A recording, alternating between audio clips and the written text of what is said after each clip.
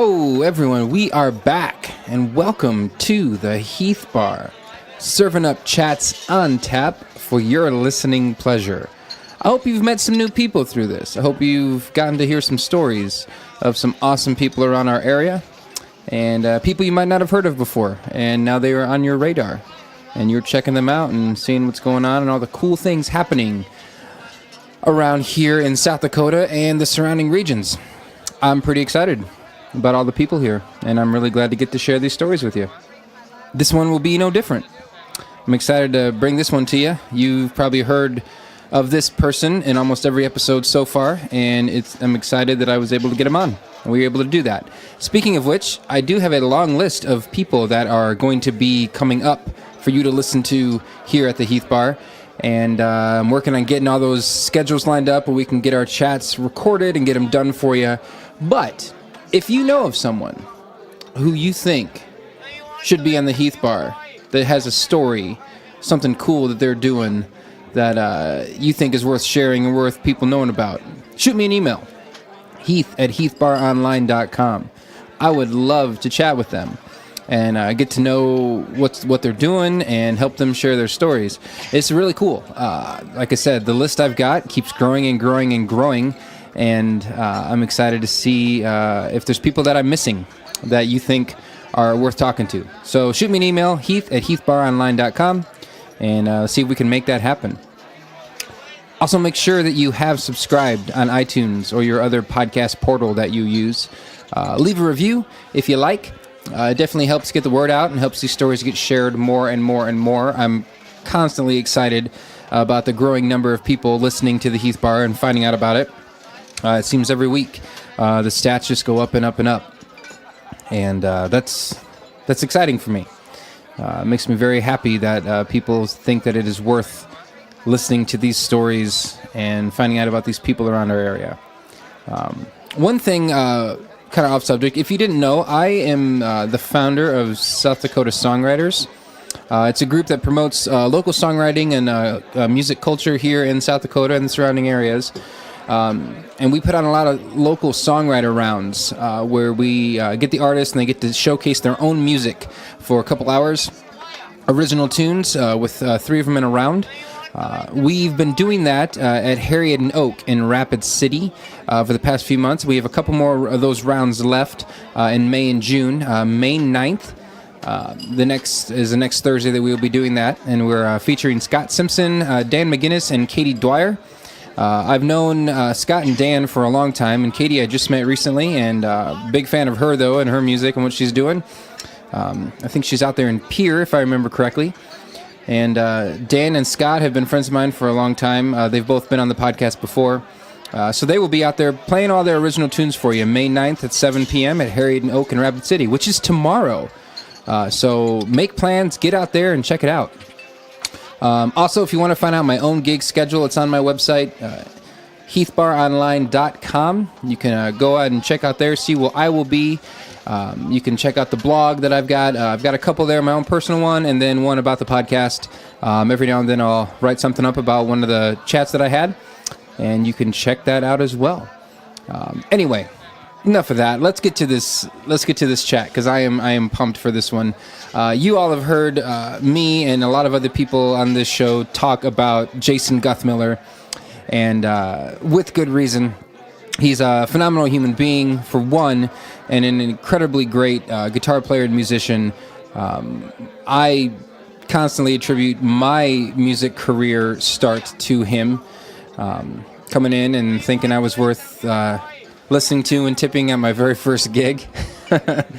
And I got to sit and chat with him. We worked it out, chatted for a bit. We got to hear his story and what got him into music and what kept him going in music. And it was really fun. And we talked about a lot of other things too, and I'm really excited that I get to share the Jason Guthmiller History 101 with you, ladies and gentlemen. So without further ado, everyone here at the Heath Bar, here's Jason Guthmiller. Welcome to the Heath Bar, where the conversations are always on tap.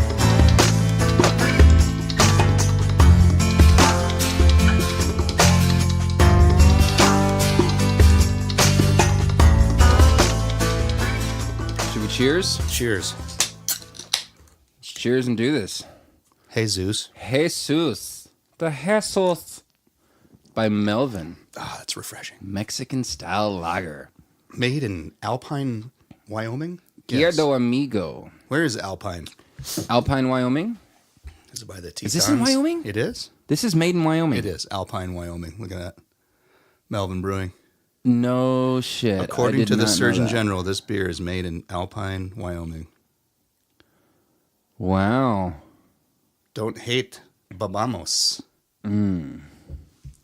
How can you resist this crisp and refreshing Mexican-style lager specifically made for mortals? Hey, we're mortals. This is for us. Right? It's heaven on earth. A place where love comes first. It's like thunder and lightning. The way it drinks is frightening.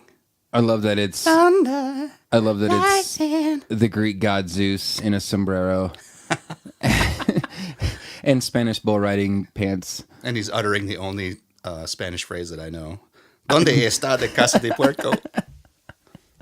Yeah, good pick, dude. Yeah. I did not know this was Wyoming beer. That's pretty cool. They must be new. I don't know. Probably not. I'm just didn't pay that much attention. According to the can, they're breaking down walls. So.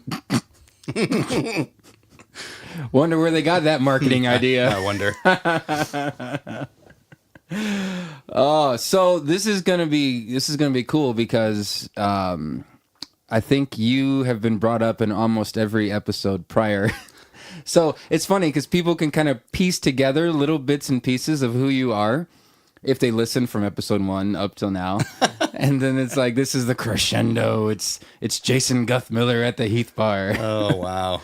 This should be the season finale if I did seasons, but I don't do seasons. No, don't do seasons. I'm not. Well, you've been on my case for a while about it. I've been bugging you. But you've had a lot going on though, so it's kind of, yeah. And it takes a lot of convincing sometimes to, hey, would you like to sit down and then talk and then have it out there for everyone to listen to forever? Like, not everybody wants to do that. No, and I really kind of thought, well, I don't really have all that many interesting things to say. So maybe if I take a year, I'll just start making some notes on stuff when I think about them. And I'm like, oh yeah, I tell Heath that story. And then I got a new phone and all those notes went away. So no. I don't have anything at all right now. I know where Melvin is made. We can just sit and drink too. Let's start with that. Melvin made in Wyoming. But yeah, so like the story goes, how we met, and I've told people this before, but it was my first gig ever. And you walked in with Flanagan, and I think Lydia was with you. She was, yeah. And there was a few other people that I don't remember, but you guys had come back from a Rush game. Right. We went to hockey, and it was kind of tradition at that point. We used to go to a lot of hockey games and always come to the pub after you got back home. Was it your first solo gig? Very first gig. No, first gig. Like, I guess, okay, so... Didn't you have a band? In college, I had a band. I played bass, so I guess that counts. But those were... Oh, hold on. Hang on a second. Let me rephrase why those don't count. Right. 1, they were free. 2, they were for churches. And 3, because you were playing bass. I was playing bass. This doesn't count. Hi, Garrett. Garrett. I should get him on here. You should. I think that would be funny. We'll just have both again at the same time. We'll just do bass player jokes. You know Garrett's favorite bass player joke? Don't think I know it. You don't. How do you get a bass player off your porch? I don't know. Pay him for the pizza. Oh. He loves that. That's good. That's a good one. I have not heard that one yet. Just kidding. That's great. So yeah. No, but I was playing. You came in and you put a tip in my jar, and my buddy Ryan was like, "Do you know who that was?"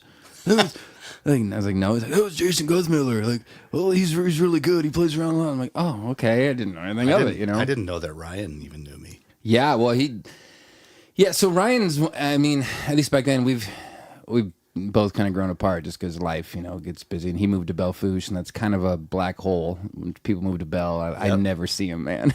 But Bell who? What? Right, exactly. Kidding. But yeah, no, he loved music and still does, and I'm guessing. But he knew who you were, and he was like, yeah. He's like, that probably means you're doing something right if he thinks it's worth hanging out and listening. And you guys stuck around quite a while, so that was kind of cool. I think we did. I think we closed it up. Yeah, per usual. Yeah. But yeah, so that got me learning, got me curious about like who you were and everything. And then over the course of the last several years, we've become friends and we've played a lot of gigs together. We have. It was all because of the tip. Had a just the tip, Guth, way to go. You changed my life with just a tip.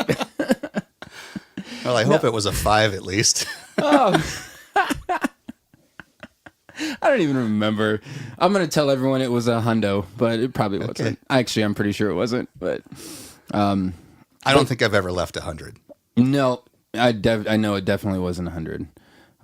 You've been given 100 though. I have. That's a great story. I have. This is the cool thing because like through the last several years and stuff, getting to know you and hang out with you, like there's been tons of like, just crazy fun stories that we've had through vinyl nights and gigging and requests for Freebird and everything like that. Oh man, that's a good one. Stuff that people wouldn't normally believe. But No, most everything is going to be true. Well, let's today. start with that story. Let's do the Freebird $100 tip story, and then we'll get to what got you into everything. Okay. So, Tom Brennan and I, my old friend Yeah. and compadre for many years, we played together a long time in a duo and a band. And gosh, we played Flanagan's once a month for sure, and a lot of other places too, but mostly in there. And we kind of, over the time, we got sick of the typical routine songs, and you know what they are. I mean, Yeah. it's Margaritaville, it's Brown Eyed Girl, it's Wagon Wheel. Excuse me. Do you play that at all I anymore? just threw up a little Is that bit. just like done? Like not a part of it? No, I won't Yeah. play that at all. Yeah. And then Freebird was a joke. So what we did was we started making a price range for certain requests. Smart. And we were just being smart ass about it, really. I mean, it was just kind of like, let's just throw this out there for fun. You know, hey, folks, if you want to hear Margaritaville, that's going to cost you $20. Yeah. Sweet Home Alabama was $28. You know, just off the wall figures. And they would raise, you know. $27.35. Yep. And anyways, Freebird made it up to, this particular night was $44.50. Ooh. I think. Something like that. And of course, no one ever followed up on that. They just kind of joke, except for Vic. She used to pay $20 to hear Margaritaville. No kidding. Oftentimes. She would. Wow. Yep. I did not know she was a Buffett fan. Yep. She dug that song, and she would write on, like, she would get 21s and write out Margaritaville on all of them. yeah. So if you have a dollar bill in your pocket and it says Margaritaville, you know where it came from. Yeah, or just sometimes single letters or whatever. But it was fun to do that. That's cool. Anyhow, so I'm pretty inebriated on this particular night. Oh, shocking, I know. What? And it was way after midnight. We were clearly done playing, but we were still going. And we mentioned, if you want to hear Freebird, it's going to be $44.50 or $44.95, whatever it was. And this guy comes up with it in exact change, and he pays it. And I'm like, wow, okay, now I really have to do Freebird. And I hadn't sang Freebird since I was in high school, and I'm like, oh, wow, okay. And so I start, and I'm just plastered. I'm trying to remember how it goes. And I get through the first verse, and then I don't remember anything, and I sing the second one, and it's just a total train wreck. Did you get to the solo? I did the beer bottle solo. Oh, okay. Yeah. Okay. I did. Not well. It turned out about I as wish good. there was audio of that. Yeah. I'm glad there isn't. I could probably butcher it now for you if you like. Oh, sure. but, I'm sure. Yeah. Anyways, he paid it. I played it.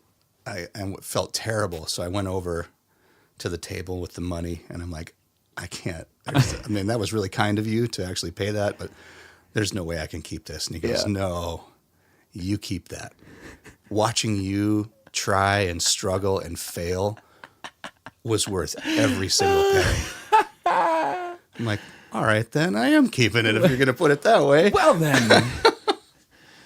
So More gut sauce, ladies and yeah, gentlemen. please, I'd had plenty. Oh, geez. Just totally embarrassing. That you told me that story. I don't know how many times I've heard that story, but every time I'm like, God, it had to have been just funny. Like watching you, because when most people watch you play, they're like, God, he can't screw up. But I would have loved to have seen that night and been like, wow. It was awful. Yeah. Yeah. It happens. Yeah. We all have those nights. I had to open my mouth and throw it out there, and he called it. But you got to keep 4450 in your pocket. Sure did. Yeah, we split All that. it took was a little embarrassing. Right. So you've been playing a long time. Like that's kind of been Yep. a big part of your story and your life is predominantly been around music. It has. So growing up, East River, Aberdeen, we had all kinds of music in the house all the time. Not instruments. No one else in my family really played a musical instrument. My grandma played piano a little bit, but we had lots of vinyl and lots of parties and just a lot of good old school country music, which I was kind of raised on. And so there are pictures of me. I have one where I'm probably 2, sitting in a pile of vinyl that I had got off of the shelf and was just sitting there because I loved music. I loved records. Yeah. And so that's kind of what I was in tune with. And when I was 3, I got that on the cover of my CD, that picture of me. I'm 3 years old on there with my red plastic guitar. Yeah. Because I was just really into that whole thing. That's what I liked. And then as I got older, you know, we watched. My parents were huge country fans, so I knew all of the country classics, and we would watch Hee Haw every weekend. You know, we had 3 channels, and Hee Haw was on one of them, and we would watch that, and I was just fascinated by Roy Clark and Buck Owens. I mean, just that duo, but especially Roy Clark's guitar playing, just mesmerized me, and all the other people that would play on Hee Haw. And so I had to have a guitar. And when I was young, so my mom would work certain mornings, and I had to go to the neighbor lady's house until I had to go to school. And so I would get there, and sometimes her older sons would be home. They were like in junior high or high school already. And I would go down to the one guy's room, and he had his record player out there, and he had Kiss Alive and Destroyer. And he would be like, listen to this. And it was like he had the rock posters all over his room, and I was just fascinated. This guy is a superhero. Yeah. And so I was just like, I just became infatuated with Kiss. Yeah. So I had to, buy their records. And then that even more so fueled my desire to have a guitar. So that was your big transition, I guess not transition, but introduction into like rock music. Pretty much. Yeah. Well, my older siblings listened to a lot of rock and roll, and I listened to whatever they had, if I was riding with them. And so they had good music collections as well. And my parents had the country stuff. And so, but as far as I remember, Kiss was the turning point. Gotcha. For me. And that's when I knew I wanted to have a guitar. I just thought Ace Frehley was amazing. And Roy Clark as well. I got to have one of these. And so I finally, I don't know, I must have begged enough that my mom and dad bought a guitar from a friend of theirs. I still have it. It's in the basement here. It was kidding. Nylon stringed Horguel, $55. I think they paid for it. And what year is this? 1977. Okay. Yep, I was 8. I was 8. Still have your first guitar. Still have it. That's important. It's bounced around a lot. Yeah. I think you guys even had it for a while. That was that one. Yep. Yeah, we borrowed it when Kaylee was looking at it. Kaylee's actually thinking about wanting to do music again, which is getting into the guitar. Yeah. She's like pointing out, I want this guitar. I want to do it. I want to learn it. Those kids are so musical, though. Okay. I mean, they're gonna they're gonna play a lot. I didn't realize that was your first guitar though. That she was borrowing. Yeah. Wow, you're a generous individual. If you look at it, I took a marker and I put my fingers in between the strings, and I tried to write my name on the label. Inside it, just from between the strings. So it's just a horrible looking scrawled signature. Funny. It's still there. It's pretty cool. This was when you were 8? Yeah. Did you write Guth then, or was it all Jason? It was still Jason? Yeah. I didn't become Guth for quite a while after that. Anyways, so I get the guitar. They take me down to Ingle Music in Aberdeen. And a guy by the name of Mike Rossi. I can't quite remember his name. Anyways, I started taking these lessons once a week, and my brother Craig would drive me to those often. And still got the very first book over there in my stack of books, the Mel Bay Guitar Method. It doesn't have a cover on it anymore, but I started taking these lessons and learning how to read music. Jeez. And Is it? It's just sentimental reason why you kept all those and everything. I think Or- so. Yeah. Yeah. And you know, I was playing like Beautiful Dreamer and Auld Lang Syne and you know your classic Mel Bay things. Sure. Really wasn't all that interesting to me. I just did it because I thought, well, eventually it's going to be something. But it wasn't what I wanted to play. I wanted to play songs. I didn't want to play these little ditties, single note stuff. He didn't show me any chords. It was all just sight reading. Huh. And once we got to the guitar boogie, though, the standard, the boogie bass stuff, I was like, finally something I want to play. And so I think I took lessons from him for like a couple years, and then he quit to drive truck for Pepsi, and so I didn't have lessons for a while, and I just kind of never went back. I don't know. They might have got somebody else or whatever, but for whatever reason, I didn't go back. Mm-hmm. And still infatuated with Kiss and all the music. And so I would buy, you know, every time a new Hit Parader or Cream magazine with Kiss on it came out or whatever, I would buy it. And another guy in my grade school then, Kenny Johnson, shout out to Kenny. He was also just a Kiss fanatic, so that we would get together and that's all we talk about. We listen to Kiss records and do an AFX racetrack or Hot Wheels or something, whatever we were playing at the time. This has been 80s, I would guess, right? No, that was 70s. Still 70s. Okay. Yeah. I was going to say Cream magazine. That grade sounds like school. an 80s thing, but it's a little bit prior to it. Yeah. Is that? I've never even heard of that magazine. Yeah, it was kind of a harder rock version of Gotcha. of like Rolling Stone. But Okay. pictures and posters and that kind of Sure. stuff. And so Yeah. we were all over it. We knew everything about Kiss. Jeez. I think I joined the Kiss Army once and let it expire or whatever, never did it again. Back when they had like street teams and that? Or just the fan club. Oh, okay. Oh, yeah. God, I remember getting some I remember fan clubs. some stickers and a necklace or something when you joined the Kiss Army. Ooh. Yeah, it was pretty sweet. But yeah, we we were would to school. Like, look at me. Yeah.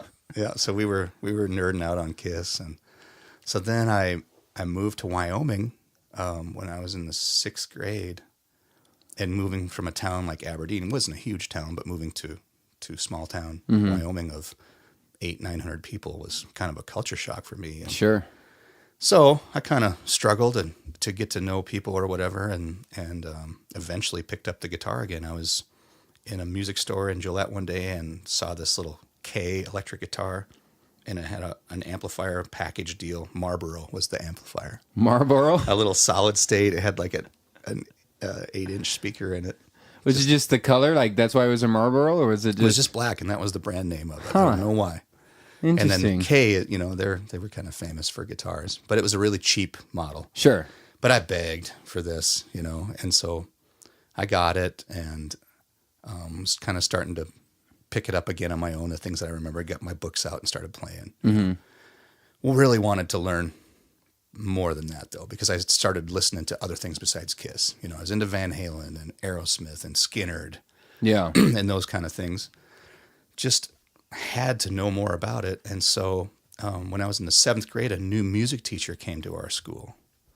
And music back then was, you went every other day or almost every day. Everybody had music all the time. Well, in school? Yeah, Mike McLaughlin was this guy, and we would see him playing guitar when we went in there. Mm-hmm. I'm like, wow, he's really good.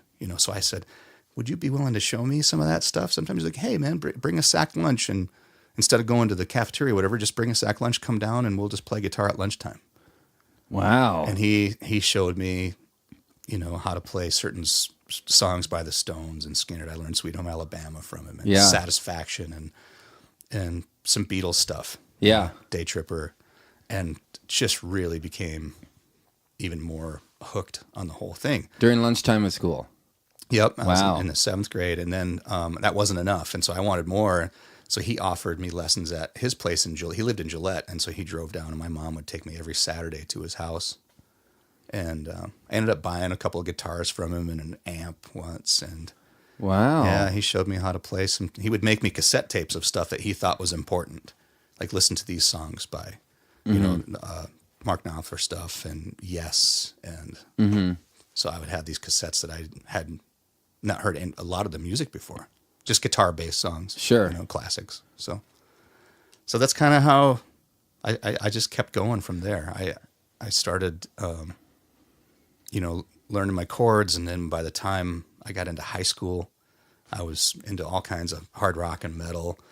And Guitar for the Practicing Musician came out as a magazine, and it had tablature, and I'd never seen tab before. Oh, yeah. And that was a really easy way for a kid in a small town. And he had moved on, so I didn't have any more instruction. And so I could get those magazines once a month in the mail and learn all the songs in there. Jeez. And still didn't learn a lot about the theory of the whole thing. I wasn't really like just music theory in general. Yeah, I just knew how to read that tab, and I could figure out some of the songs and the easier parts. Yeah, I wonder if like music theory is one of those things that I don't know. Like if you are like getting into classical and like orchestra type stuff, like obviously I feel like there's a lot of value in it there, but I don't know. Maybe I'm overthinking it and thinking that it probably still has more value. But more and more people I talk to, they don't follow the theory. Like they learn it and they just kind of go by ear and work stuff together when they're putting stuff. But it helps. I mean, yeah. Once I got into college, you had to have it, and so I became really genuinely interested in theory. Gotcha. I did really well in those classes. It was the other stuff I couldn't hang. But we'll get there. Yeah. So everything that he sent you though, and like was heavy on guitar. Like listen to this guitarist. Oh yeah, it was The Clap by Yes. It was Sultans of Swing, Sweet Home Alabama. You know, just kind of stuff that he thought would be important to learn. Sure. So yeah, because that's one of the things like I think I noticed like with you, like when you talk about a band, like you always seem to know the guitarist's name as well. I mean, most people it's the lead singer or it's whoever the big one is out of it, even if it's just well, like when I think of like solo artists, not that they're solo, but they have a band behind them and that, but you always seem to know who the guitarist is and especially like what they're playing and everything like that, and you or who recorded that solo. That was always much more important to me in music is who's the guitarist of the band. Who recorded the stuff? Yeah, when it was on the album, like who was in the studio laying that down, and right. Because on tour you can just find anyone who can replicate it, or whatever. Right. But like, yeah, I have my favorite singers and drummers and even a bass player or two. One or two, nah, just maybe. But yeah, mostly it was guitar focused. That's really all I thought about. I went through high school. I mean, there was a guitar player magazine in my back pocket. The whole time. I mean, I would just try to get all my work done so I could read, those articles. Oh man, all I'm picturing is like the atypical, like guitarist in high school, like the long hair, the black shirts, the. Kinda. I wasn't allowed to have long hair like my mom. She wasn't into that, so I had to keep a haircut. Well, I saw a picture of you once. That was probably way after college, like shoulder length hair, and it was you and Ed and everyone. Yeah, I had some long hair for a while. It was probably after that. But after college, it was like down to my belt. I was trying to headbang. And, my dad did that once too, man. There's no photos though, because I don't know why, but I can't do it. I just look back and go, oh my god. Well, in fact, that's still on my my resurgence on Facebook. That photo album is still there. Oh, okay. That's where I saw the photo. They didn't take anything away. I was gone for 13 months, and I thought it was completely canceled and gone. Mm-hmm. You register again, and it's all still there. They hang on to that stuff, man. Yeah, so they all those know your embarrassing, comeback eventually. Oh, my God, it's the 80s photo album is out there. We'll have to check that out. I'll find one. It was concert shirts and Levi's, and I mean, that's, that was my attire in high school. Yeah, and so smoking Marlboro Reds and drinking. What would have been the? We drank a lot of Bud Heavy and. Is it Bud Heavy? Okay. Stroh's. I don't know if I've ever heard of Stroh's. Stroh's, yeah. Interesting. I wonder if they even still make that. Probably find it somewhere. I don't think they do. Some places they do like dive beer it up, and they got just a lineup of things you can do. It wasn't very good, but that's what when I started playing in my first band. Ice. Ugh, it wasn't that potent, but okay. When I finally started playing in my first band in high school with Ed and our friend Pat was of age and had his own place, and we would have band rehearsals there, and he drank Stroh's, and so that's, Okay. you know, Like, that's what I got. right. There you go. Yeah. Cool. Other than that, some Bud Heavies in the cooler too. So.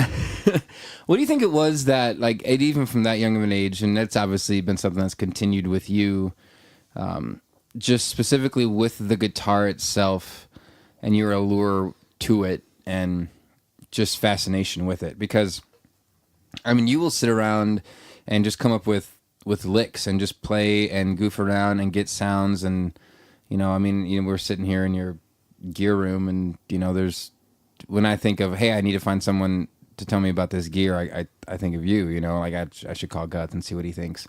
But, like, guitar itself has been something that, I don't know if there's just like a romance with it or what. Oh, but for like, sure. You just, like, you dove in heavy with it. Like, the guitar is the thing that I'm about, period. It really was. It's what I focused on all the time. I did sports, you know. I played in the neighborhood. I played football and baseball and all that stuff. But I always really thought about music, listened to music, talked about music with anyone. Excuse me. Talked about music with anyone that would listen. And so I just loved the feel of a guitar and the way it resonated and it felt when I strummed it and played it. You know, and I liked the way it appealed to me too with other players. You know, when I saw Roy Clark do it, I was just amazed and fascinated, and Ace Frehley and countless other guitar heroes. Yeah. You know? So, yeah, that's, I don't know. It took over a lot of free time when I probably could have been doing other stuff. You know, I could have been being a better student. I could have been maybe out trying to find a date, but I was playing. You already had a date, man. I did, yeah. You had yourself a Marlboro amp and and a pack of Marlboro Reds. a pack of Marlboro Reds. You were set. Like, nope, I'm not into all that stuff. Sorry, ladies, I'm taken. Yeah, that's the thing. Like, when I think of, like, there's something like so I grew up. My dad was super big into classical music, and not classical music, classic rock, and he influenced me immensely into my musical styles and that. And one of the things that I remember being at a young age and hearing him describe, like, music, he goes, "You gotta listen to this song." He's like, "Listen." He's like, when he gets to solo, that guitar is gonna start talking, and that's just how he would word. He's like, the guitar is gonna talk.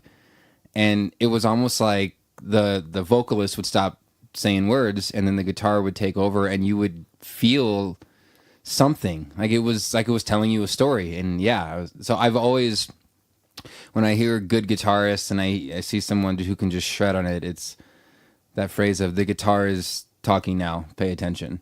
Yeah. And no other instrument that I've encountered in my life, at least, has given me that same feeling. Pianos come close, but yeah. Oh man, just back to the story of going to the neighbor's house and listening to his Kiss records. Like, even when he wasn't home, I would ask if I could go down there and play the stereo. Yeah. You know, just because I wanted to hear the opening riff of Parasite. Yeah. You know, and I just totally was in tune with all of those heavy rock riffs on that record. Yeah, and it's one thing to, hey, I've heard this 100 times and I can think about what it sounds like in my head, and it's a whole different thing when you, okay, I'm going to push play and I'm going to hear it, like, right now. Yeah. It's a whole different thing. Jeez, man, that's cool. So that's all in high school, everything like that. So Yep, that's high school was, yeah. you know, there wasn't a lot of other people playing where I was at. Sure. And so, you know, we found a few of us that could get together, and we had a band, and we started playing gigs on weekends. And What was the name? Strutter. Just Strutter. Strutter. That's the name of a Kiss song. Okay. Yeah. Okay. Was it a Kiss cover band? No, it wasn't. Okay. No, it was just that we liked the name. Gotcha. And so, it was, Strutter. me and Ed and Pat, we practiced a lot, and we played our first gig in Hot Springs, South Dakota, where Pat was from. Uh-huh. It was this mansion on a hill, and we just played at this, like, on this little patio, and it was just a bunch of his friends having a beer party, and we played, and I think we knew like a couple hours of material, maybe at best, and then we just started over. Rewind and go again. Right, and we got a case of beer Wow. That was our First paid gig. Yeah. Case of beer. And It was a 24 pack, 30 pack. it was 24s. Okay. Probably Bud Heavies. All right. Well, at least it wasn't a sixer. Right. There were some times we played where we owed money after we left. Yeah. That's not a so a lot of people have stories like that. We're like, well, the tab, like we pay the band, but then the tab's not free, so then the band has to end up giving the money back.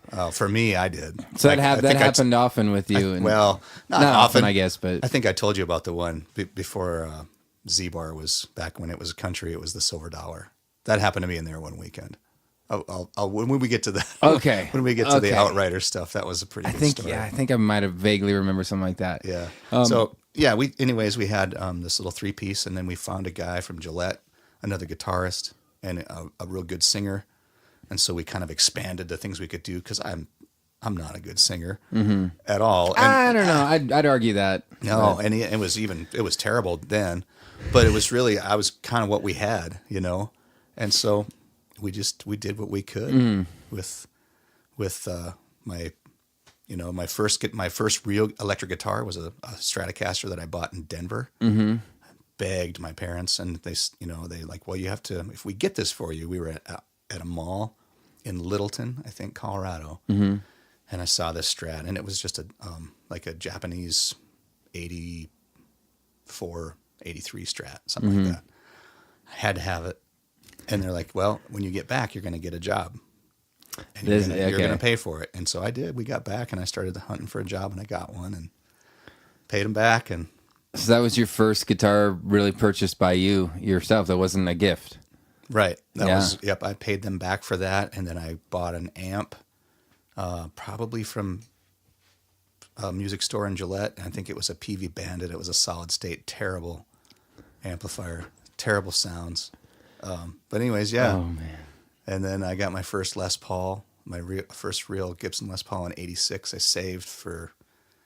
over a year and a half flipping burgers and doing some summer ranch jobs and putting up fence and whatever you could find. Saved up for that. Yep. That's a great story that I waited forever for that thing to arrive. I can't remember where it was ordered from. And I came home from school one day and my mom just lit into me about our back shed being filthy and dirty and cluttered, and so get back there and clean that up. That's ridiculous. That's you're supposed to be doing that. So I go back. She's like, that closet is terrible, and I go back there and I open the closet, and there's the Gibson. Oh my gosh! Cardboard box with the Les Paul in it. Yeah. It's like the light shone down from above. It's just fantastic. What a day. Now, did you even at that? How old was it? How old were you? When this happened? When the Les Paul showed up? I was 16. Okay, no. 86. I would have been 16 or 17. Were you able to tell, like, just the different tones between different guitars at that young of an age? Like, to be able to, like, call it out and point it out, like, this is... I started realizing... the more we played with the guy that we brought into our band, he had a lot of guitars. Mm-hmm. And so he would, here, try this one out. And so I got to play a few more. Okay. And I started realizing the difference, what got you more of a rock sound and what was more of a blues sound and that kind of thing. And so I really, really wanted to have a Les Paul because of the humbucker tone and, the things that I was listening to, that kind of music was made with those guitars. Yeah, yeah. And so you stared at it, picked yourself up off the floor, opened it up, and that's a pretty surreal canceled all your memory. dates that weekend. Pretty much. And said, I'm good. Yeah. So that was pretty exciting. Yeah, that's cool. Yeah, I worked hard for that. Yeah. And then that guitar got sold after I moved to Spearfish. I had back surgery.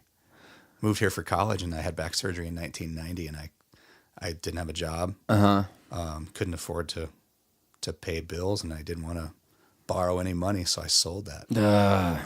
For $500. Jeez. To a guy in Blackhawk. Jeez. 86 Black Beauty is probably worth a lot more than that right now. Yeah, I would imagine so. Yeah. I would imagine so. Yep. Does he still have it? I don't even know where that guy is, find if him. he's alive or... We'll hunt him down. He had a music store called Blackhawk Music. Okay. Gotcha. So. I miss it. You got it in '86 and you had to sell it in '90. So you. Yeah, I didn't have it for too long. It was really heavy. Yeah. Yeah. Play a gig with that and you knew it the next few days. Oh man. Yeah, that's always I mean I only ever really play acoustic out, and they're a lot lighter than the electrics. For sure. My neck doesn't hurt as bad. You have a telly though. I do have a telly, but I don't play it out at gigs. Like I thought you did with I did a few. I guess I did a few times. Ruthless. I have. I took it once to a gig with Ruthless, and but after that, it was. I don't know. I never really practiced with it that much, so it was kind of hard to. Okay, you can't just practice with acoustic and then jump onto an electric and strum the same way and with the same force and everything. That's just not going to sound right. It's a whole different. It's a guitar, but it's different. Like there's a whole different way to handle it. You got to tread a little bit more lightly. That's a nice guitar for sure. Yeah. I'm a fan. I'm glad I was able to get that. That's a family guitar. So you bet. My uncle, when he was selling it, I was like, I should pick that one up. I should get that one. So yeah, good for you. Yeah. Well, so that leads to the high school thing that went well. We had a lot of fun playing together, and I had my heart set on going to GIT in Los Angeles. Okay. I was just determined, and I had a job. I always had a job from the time I was 14 or 15, and I had been saving some money, and I got that guitar, and then after that, it was like, all right, you need to start saving for college and all that stuff. And so I really wanted to go there, and no one was supportive of that. Really? Yeah, my parents were not interested in me going to Los Angeles. Just because it was California and you were living in Wyoming, and right, and they wanted me to be closer to home, and they were worried. And I'm not. I'm a small town guy. I'm not much of a big city kid at all. I've been to Denver, was the biggest place I had been. Mm-hmm. But I really wanted to go and get my guitar chops, Yeah. And so you had to send off an application and maybe a cassette tape or something to them. And GIT it was like a 1-year program. Okay. And just no one was very supportive of that. They're like, well, you know what? If you go out there, it's you've got this saved, and that's what you've got. You're on your own. And so I just I was like, God, it seems like that's.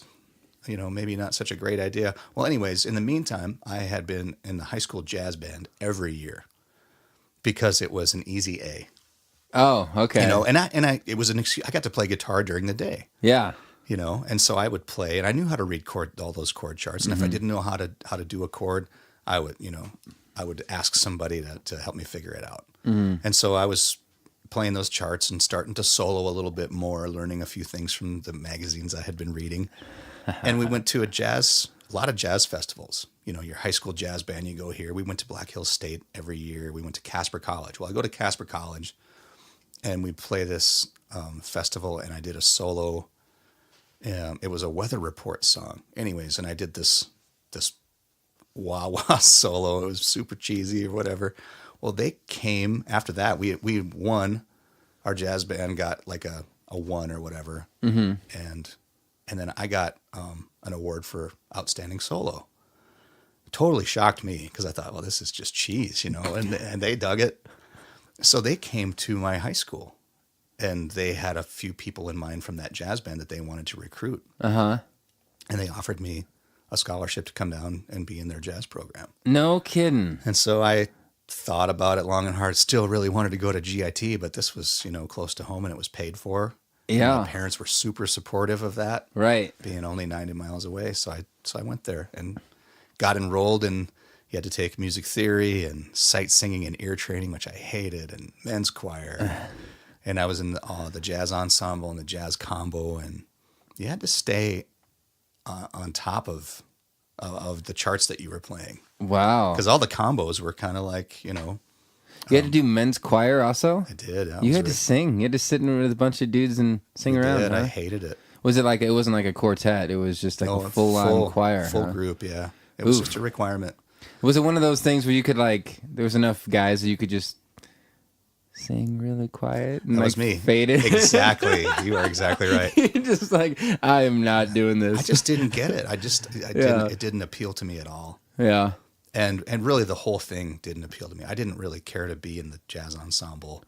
Well, because up until now, like even in your bands in high school, did you sing in those? Yeah, I had to. to. So you did in those too. But I Okay, wasn't any good. So you didn't enjoy the singing part as much as... I didn't. I sang because I knew the song. Okay, gotcha. We played Keep Your Hands to Yourself because I knew how it went and I knew the words. Yeah. But I wasn't good at it. So it wasn't like you were like, hey, I want to be the front man, I want to sing. It's just, hey, I'm the one who knows the words, so I have to say it. I was the only one willing to sing. Okay. At that point, until we brought the other guy in, Steve, and he was a great singer. Cool. So it took the load off me, and I got to play more guitar. Yeah. But like in college, I didn't, I loved the theory classes. I started to understand, this is how chords are built. Mm-hmm. This is how keys are built. There's still a lot of it I don't get, and I still love to study it because you never stop learning that. And I'm still totally interested in learning more about that. Mm-hmm. But in jazz ensemble, some of those tunes I hated, and I didn't want to be in that large group. I think I told you the story about the one professor of that jazz ensemble really just didn't like me at all. Oh yeah, he was the horns guy, and then he had the other guy that did kind of the rhythm section. Uh-huh. And I was, he was discussing something with the horns up front one day, and I'm up there talking about, going out to the bar the night before because it was still drinking age was 19. In Wyoming? Yeah. Back in this would have been... 89. 19. 88. Yeah. It was the last state to change. I did not know that. Yeah. And so we were either at the bar or we were at a house party or something. And I'm talking to one of the other guys, like maybe the bass player or something about something. Mm-hmm. And he could hear us chit-chatting up there.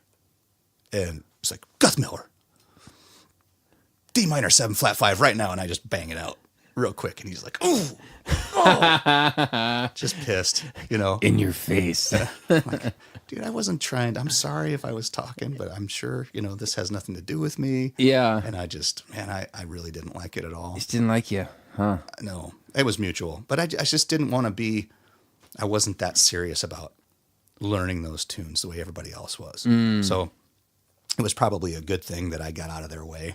Yeah. Because the next year, that first year I did really well in all my classes because they were kind of music based and I maybe had psychology and something else. Mm-hmm. And had a good GPA. And the next year I just pissed it all away because I moved out, got my own apartment.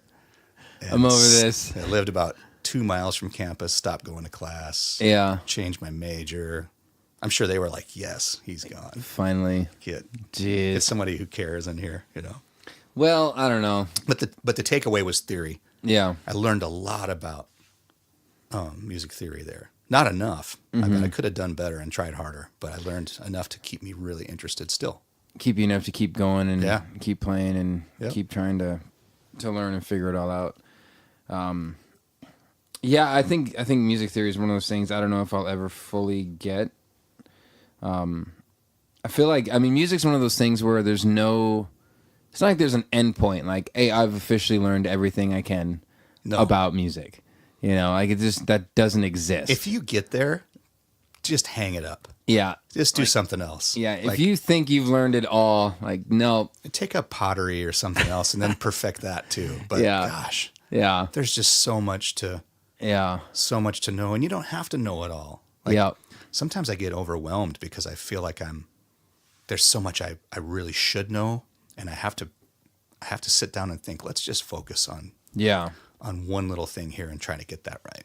Well, that's one of the things too. It's a weakness for me, for sure. Especially if you can start to compare yourself to other artists and other musicians, you're like, man, I suck because I don't know what they're doing right now. When you listen to them or watch them, but like you were saying, you don't have to know everything to create something or to do something with music. You can still do something. Right. You shouldn't let that affect you. And I did for a long time. Really? I'm like, oh man, if I don't know all that kind of stuff, I'm never gonna be anybody, or I'm never gonna be satisfied or whatever. But it turns out I am.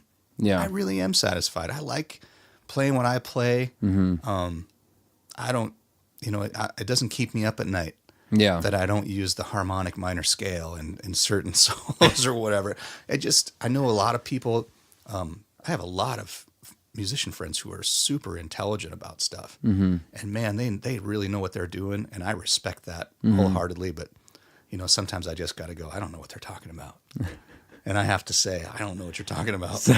Sorry, I'm not aware. Can you maybe dumb that down for somebody like me, please? Oh, Because jeez. I don't work hard enough at it. Yeah. I'm sometimes not real motivated. Well, and I don't know. I feel like there's got to be a certain level where it stays fun, and if it becomes something where you're constantly critiquing yourself on what you're not able to do, then you miss out on enjoying what you are able to do.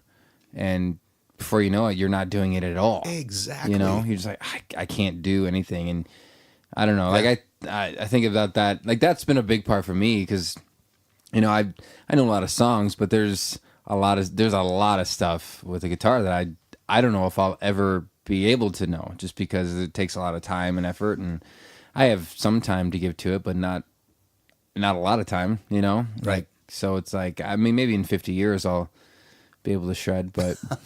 Well, But yeah, I mean, I enjoy it. I enjoy playing it, and that's the main thing. Stick with where I'm at, and every month or so or week or so, I try to find something that's a little bit more challenging and just incrementally improve.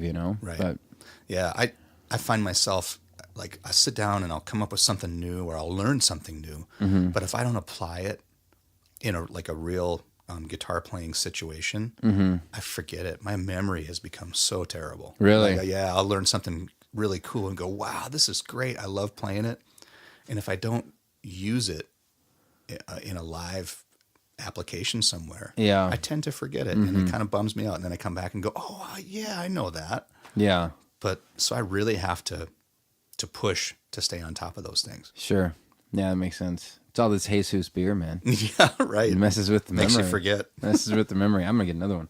All right. Speaking of memories,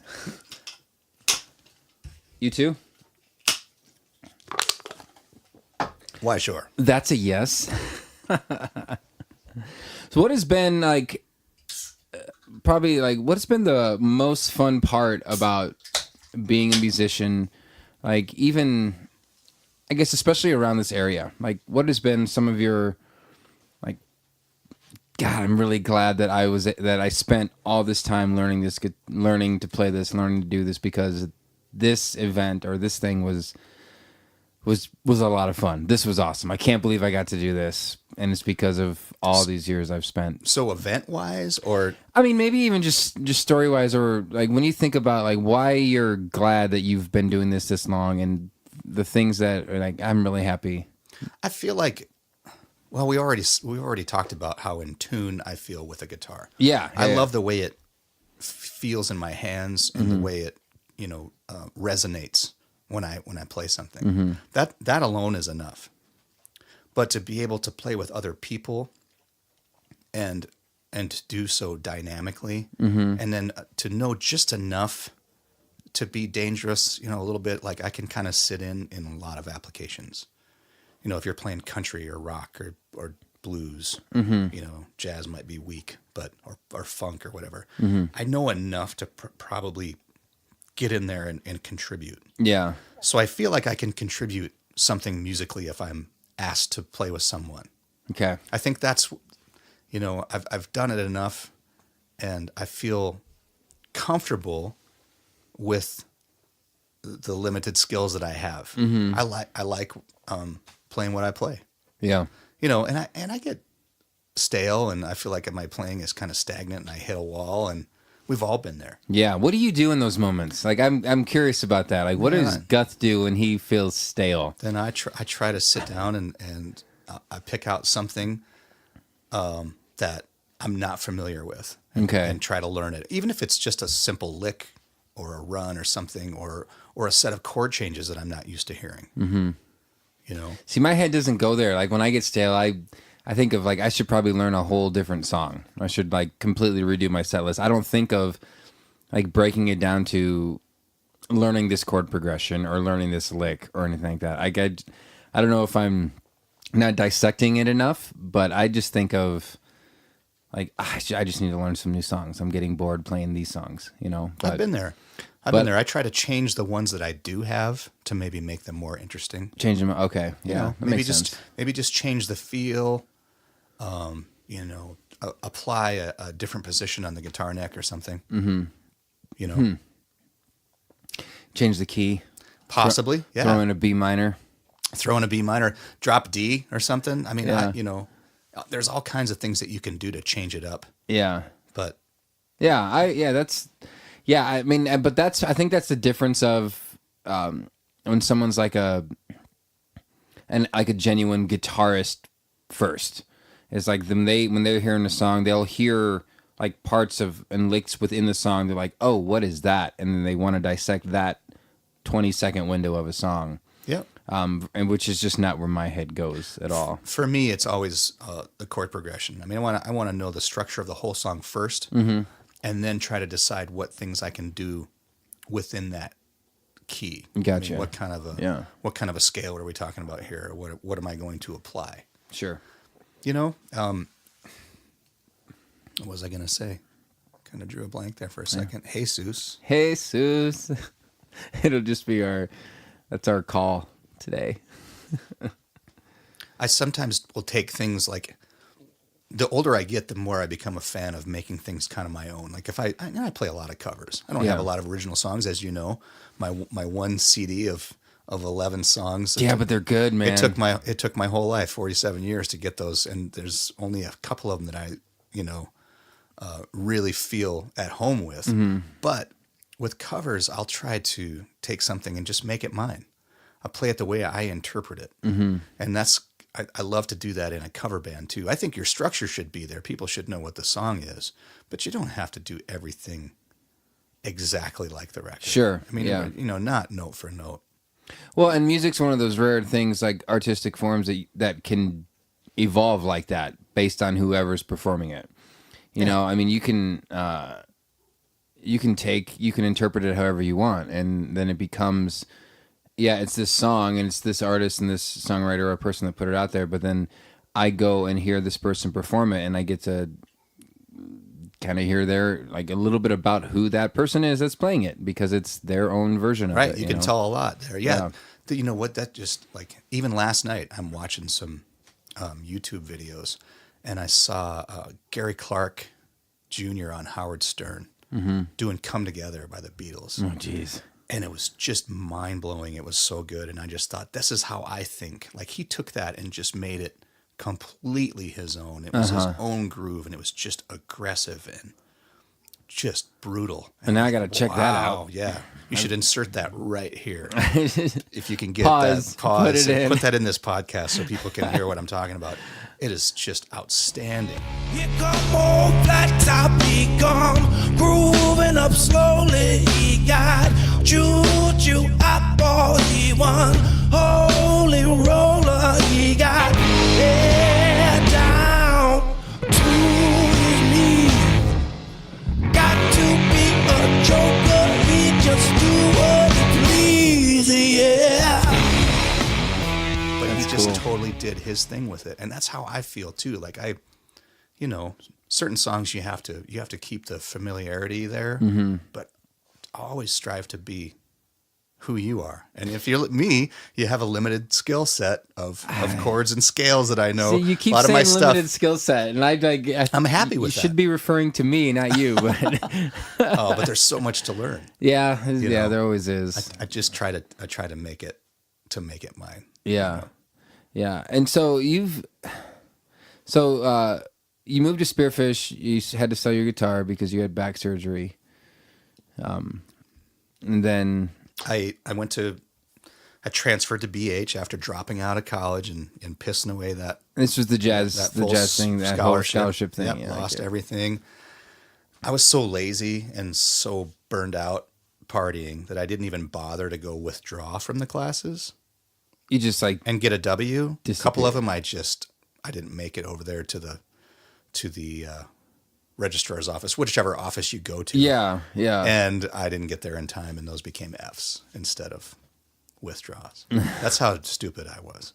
Wow. I should give you a clue. It's a fun time. Mindset. Yeah. It's a fun time in the life of Gush.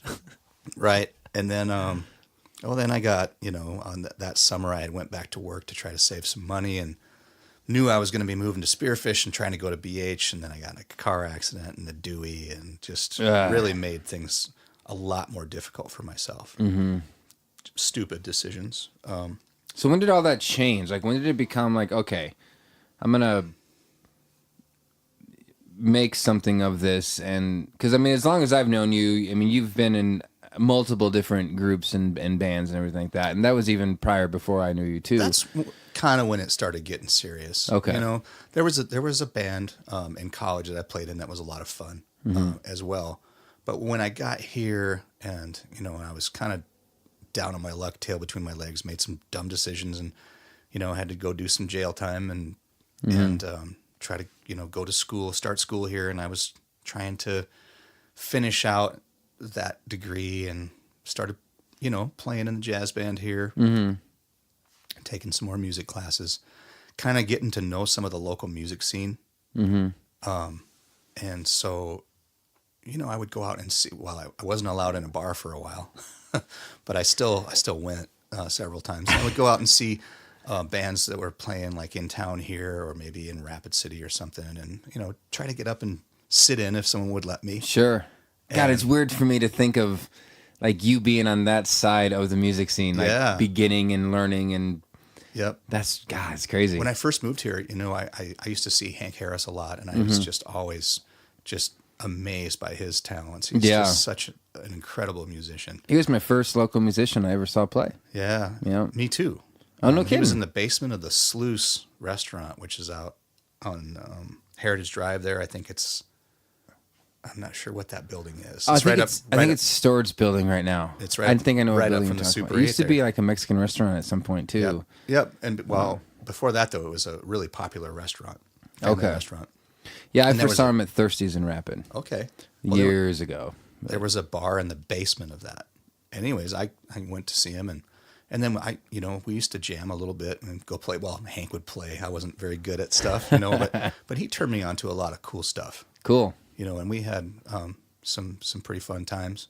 And so I would, kind of hang around Spearfish and see some bands that I kind of got to like. Mm-hmm. And one of them was called Wanted Men, and they would come into town about once a month. And I got to know the bass player pretty well and the singer. And I got up and played with those guys every time they came in, and I kind of got to know more about stuff.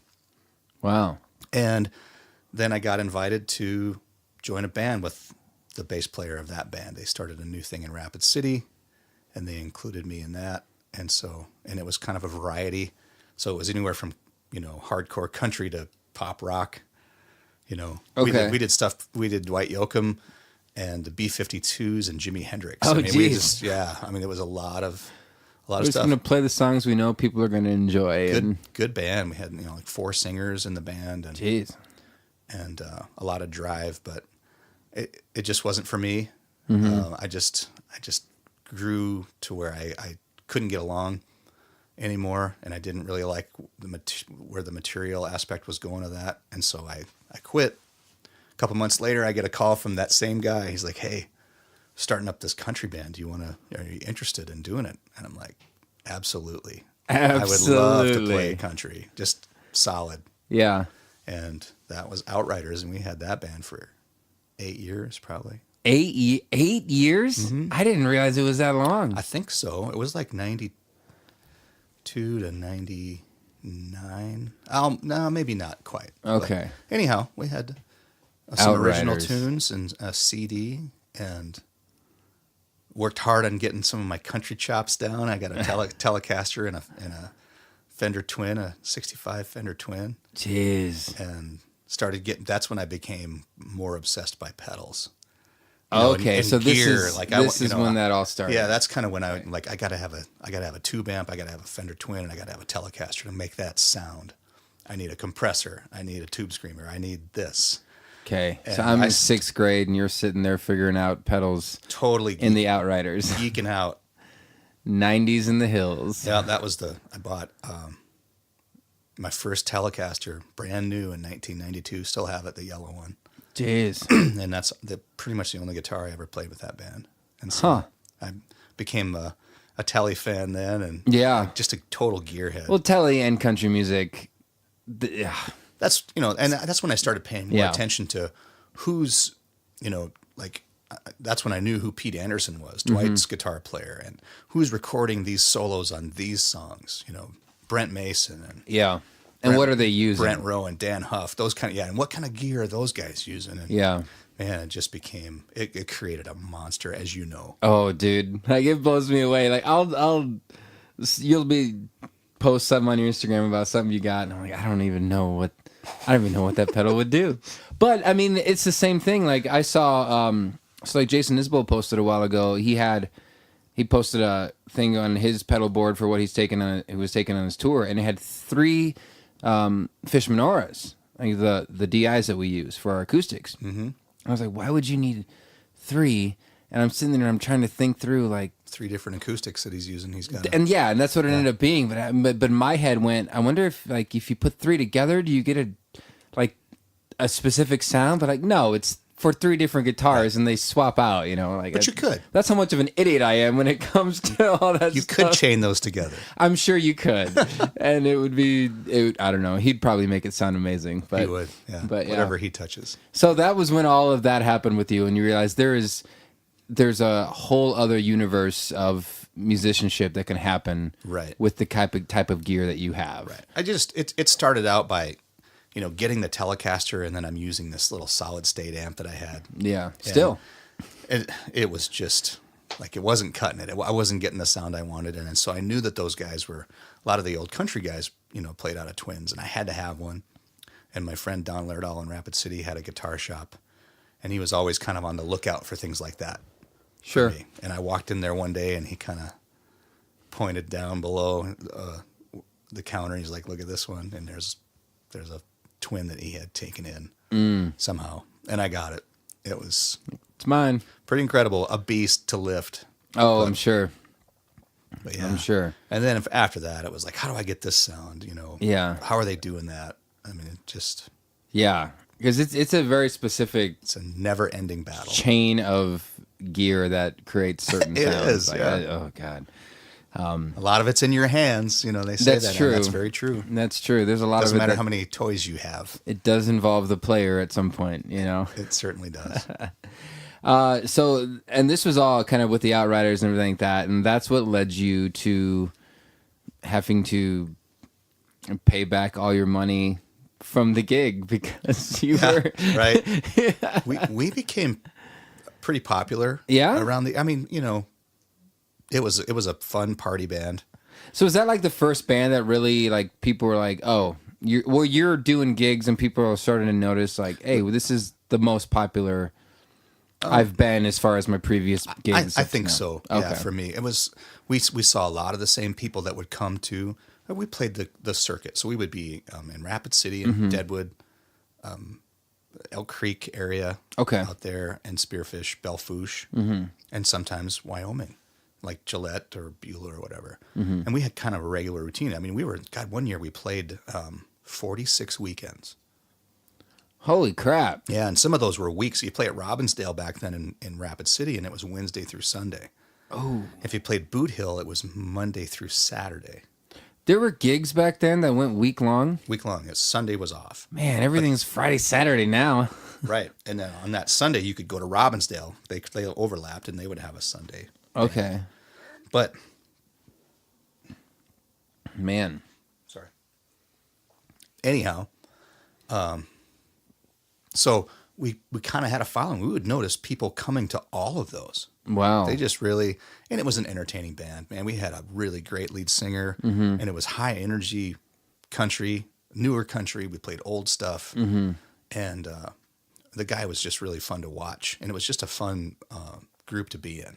Sure. And so we, kind of had a reputation of, if you're going to go see those guys, you're probably going to have a good time, and you're going to maybe have too much to drink. I don't know. And which I did on a regular basis. Yeah.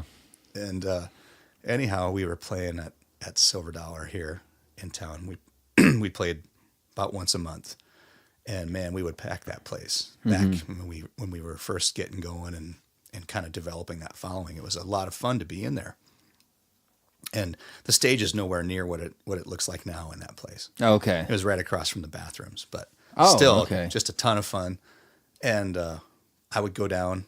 I booked that one. Whoever kind of booked the gig would go take care of was settle up for the money. Oh, okay. And I got to know Doug Rands real well, and he just treated me so well. He was just such a great guy. And go down, and I remember going down the stairs and past all the guitar cases and going to his office, which was really nice. And then you would settle up.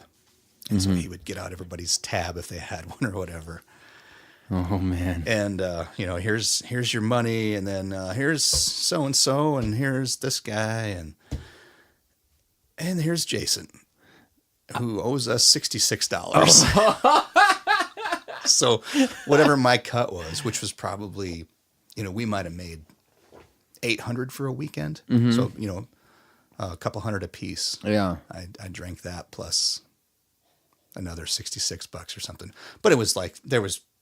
I might buy a round or two. Yeah, it's for not like several you drank tables. $266 worth of alcohol. Right, Like it was, I'm buying rounds and keeping everything going. It was just a lot of fun. Yeah, I feel like that should be like, hey, thanks for keeping the crowd here.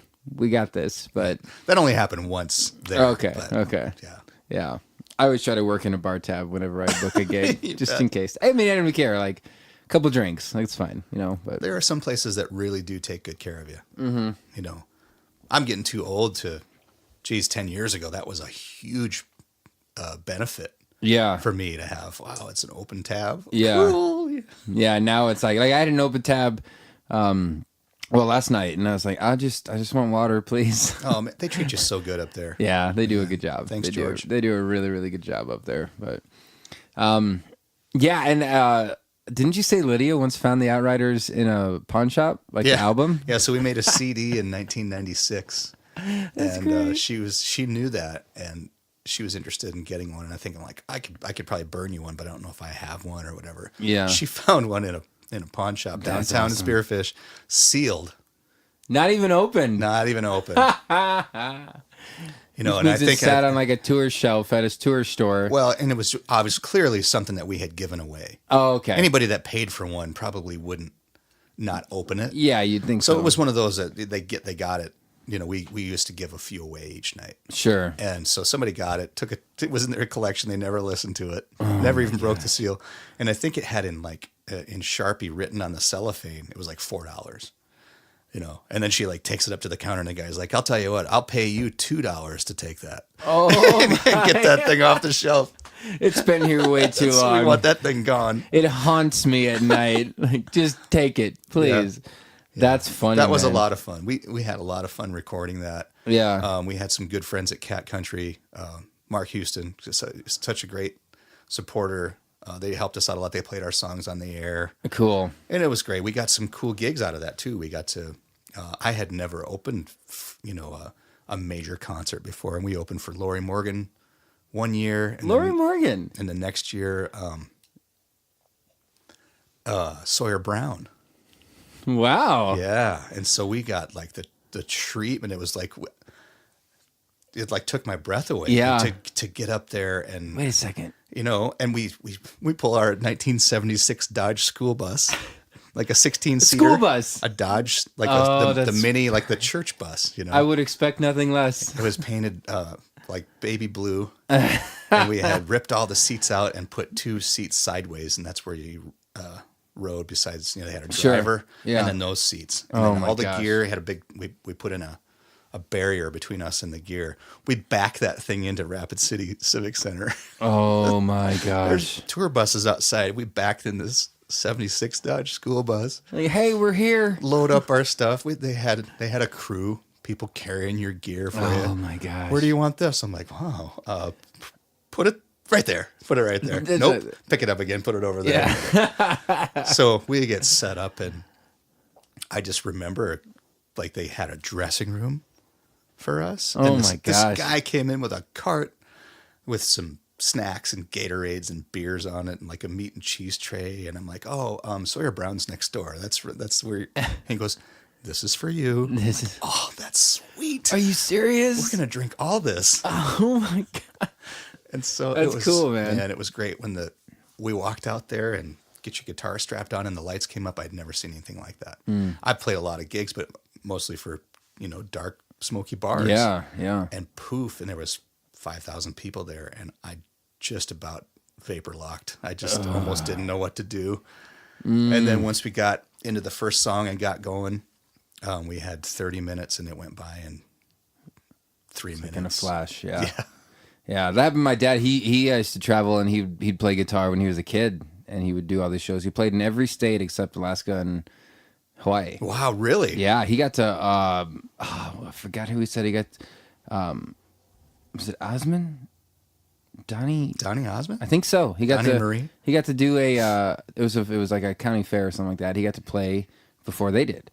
And I think it was that. I'll have to go back and check. But he said then there was this one time like he got up on stage and the curtains opened and he said it was the biggest crowd he'd ever seen and he just froze.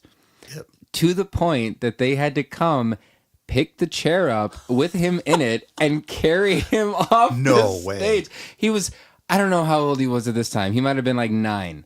Like this was like his first time he'd ever like, seen something like that. I think this was in Canada because his dad was an insurance salesman.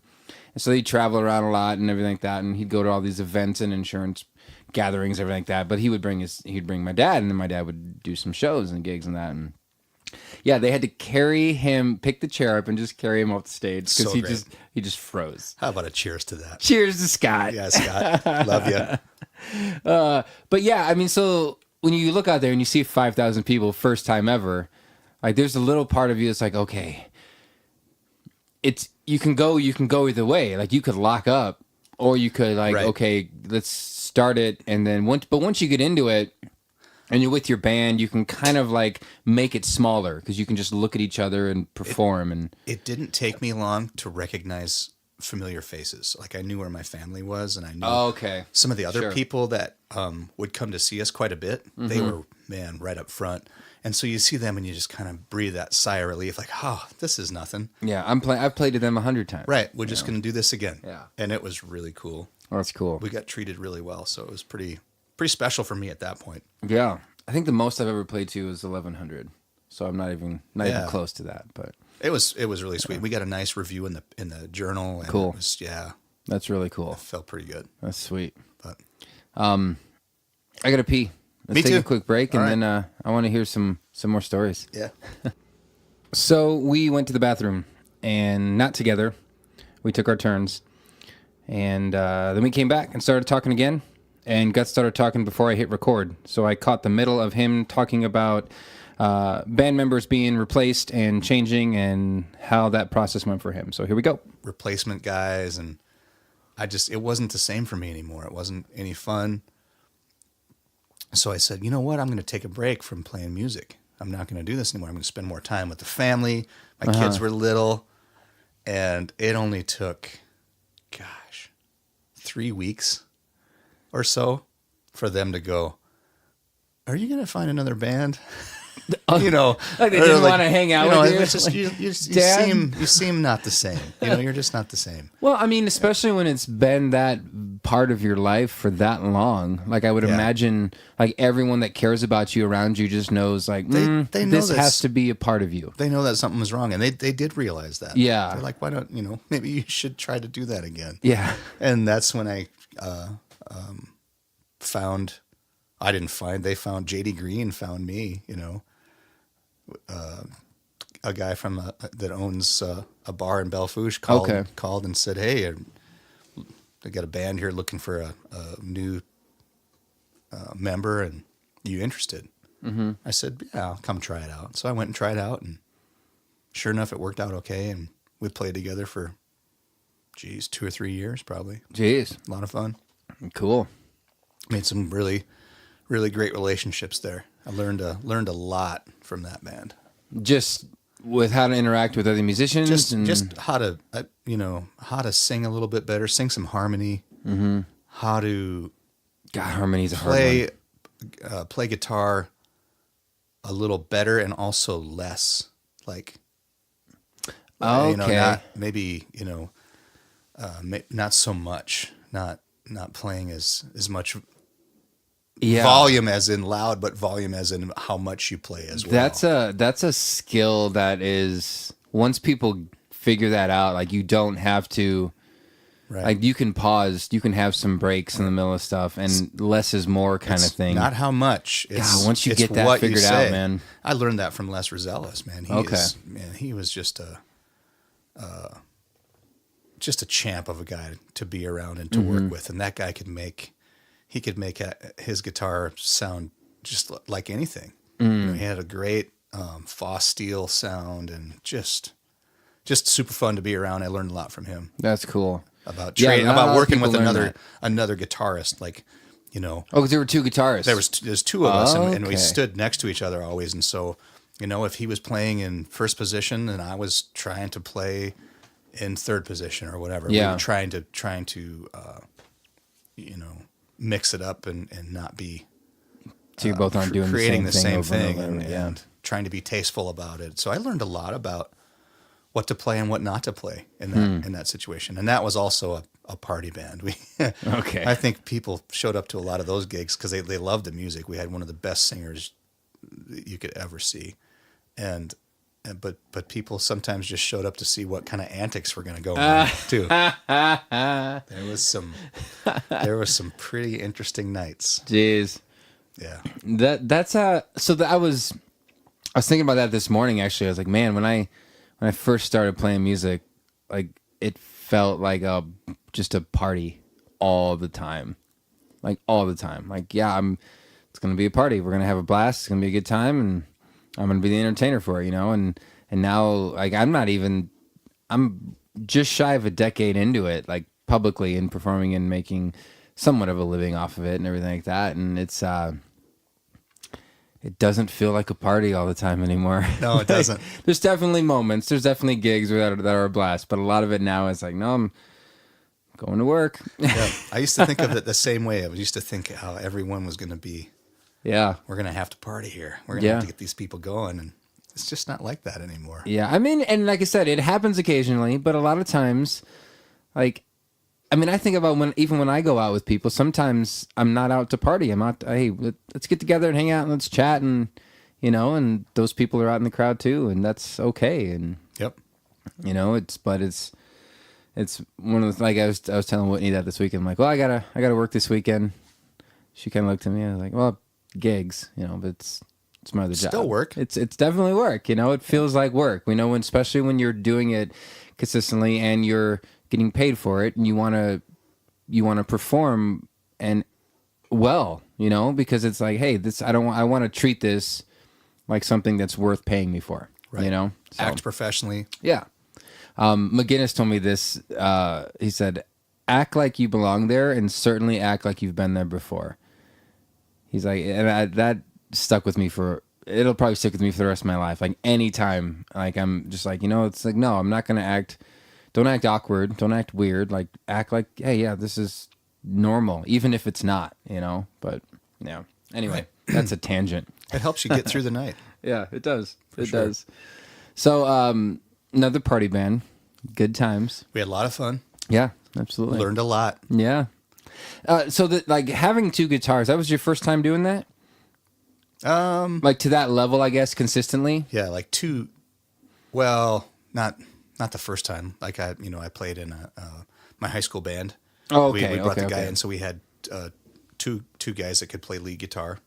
College, same way. But that was the first one where I really started paying more attention to it. Like where you're playing off each other, not over each other. Right. And, I'm really trying to compliment you. Yeah. And when it's your turn to shine, I'm not gonna ramp up. I'm gonna lay back. Yeah, and it's almost like that's like you're playing to the band and to the song versus to yourself. Exactly. Nothing drives me more nuts. I've heard some good rants from you. Yeah, this is not the first time you've heard this, but when it's your turn to solo and the entire band decides to come up to that dynamic level with you, Yeah. it's absolutely pointless. Yep. I call bullshit every time. Just have some class and have some dynamics. Yeah. You know, I try to always be mindful if it's, you know, someone's turn to do something individually creative, then let them do it. And respond accordingly. Yeah. You know, I don't know. And that's a hard thing for bands to get, especially young bands and new bands, because everyone's trying to show everyone what they can do, you know, and it's you can definitely tell the difference between someone that's, you know, made somewhat of a career or even a full-on career of playing in bands, being a musician, because they approach the song differently than if it's just, hey, we jam in my garage every now and then, and we thought we'd play out in public, and here we are. You know? And what you said, it's about the song. Yeah, it's not about the individuals really. Mm-hmm.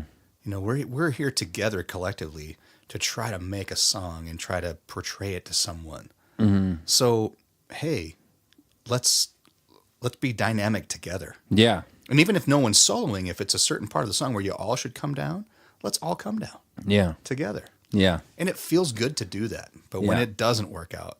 Well, and that to me is more impressive than showing me how much you can shred or beat the drums or anything like that. Like, if you can put a song out and you can play with those dynamics and do it well, hands down, way more impressive. 100%. Totally is. Anybody can, you know, that's absolutely. One of the things I love about playing with Jackson. It's just, he has a sense of that, and he's so good at it. Yep. He's listening to the song. He is. And we'll talk about that when we get to it, but that's just now that comes up, it's like, man. Yeah, absolutely. Yeah, absolutely. He's good. So when I first met you, you were playing with Brennan. Roughly, that was around the time you were with. It was Alternative Medicine. Yep. Was you and Brennan, and the full band was Alternative Jones. Alternative Jones. So we had two things. So Tom and I were Alternative Medicine. Okay. Because I was working in the alternative school. Oh, that's how the name came. Yep, okay, I was wondering that. Like, he's a doctor, and so that's we mixed. That's how we came up with that name. I thought you guys were like super into like anti-vaccinations or stuff like that, like alternative like oils and Cheetos. But I'm just kidding. That will just be forever one of my favorite gigs. God, that was fun. He's such a great guy, and he has so fun watching you guys. Great knowledge of music and sing and play, and he's just a fabulous musician to play with. And so that was a lot of fun. And then I also had a band called The Jones. Oh. And so when we mixed the two, I was playing with him and playing with them, and it was hard to try to get both things to happen. And we thought, well, hey, why don't we just start trying to merge the two a little bit? We'll still do our acoustic thing, but we'll bring some of those songs in that we're doing. Mm-hmm. And have Tom come in and play play some of the songs that Jones had been playing. And that's how Alternative Jones came about. Okay. And it was like a cool term at the time, I thought anyways. Yeah. Like I got an Alternative Jones, man, you know. Well, this would have been what, 2000? So I met you, it would have been 2009? Tom and I started playing together as a acoustic duo in like 2003. So you played for quite a while together. We did, and I was also playing with those guys in a band as well. And so then I think we mixed it together. We merged it to a rock band. Okay. We were. You couldn't really put a genre on that group.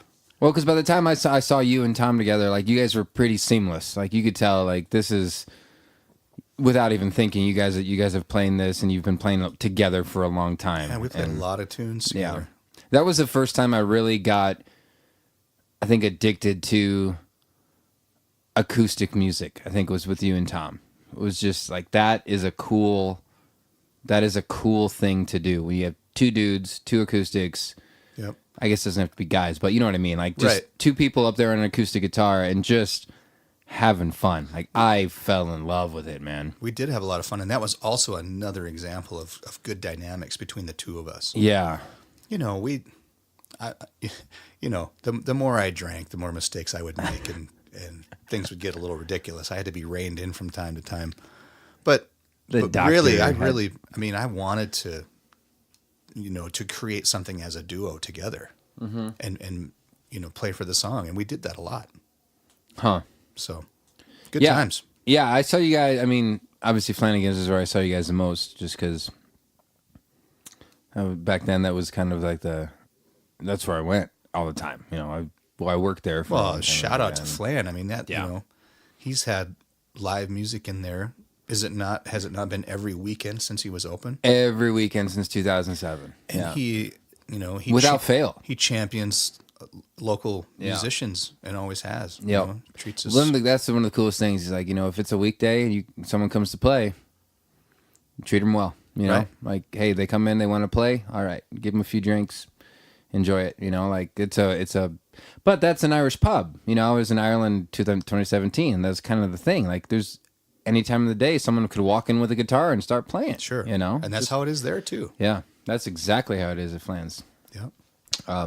Yeah. So, anyways, Tom and I played for. Wow, it seemed like 11 or 12 years, maybe, or something, Jeez. until he moved away. Yeah, I I think didn't realize it was that long. I think we started in 03 or 04, and we had our farewell. It was maybe just a 10-year run. He moved away Okay. in 14. So Did he, when that last gig you guys did together, I'm trying to remember what year that was. it was April 25th and 6th, I think, of 14. Of 14. Mm-hmm. So that might have been, God, that might have been before I even met Whitney.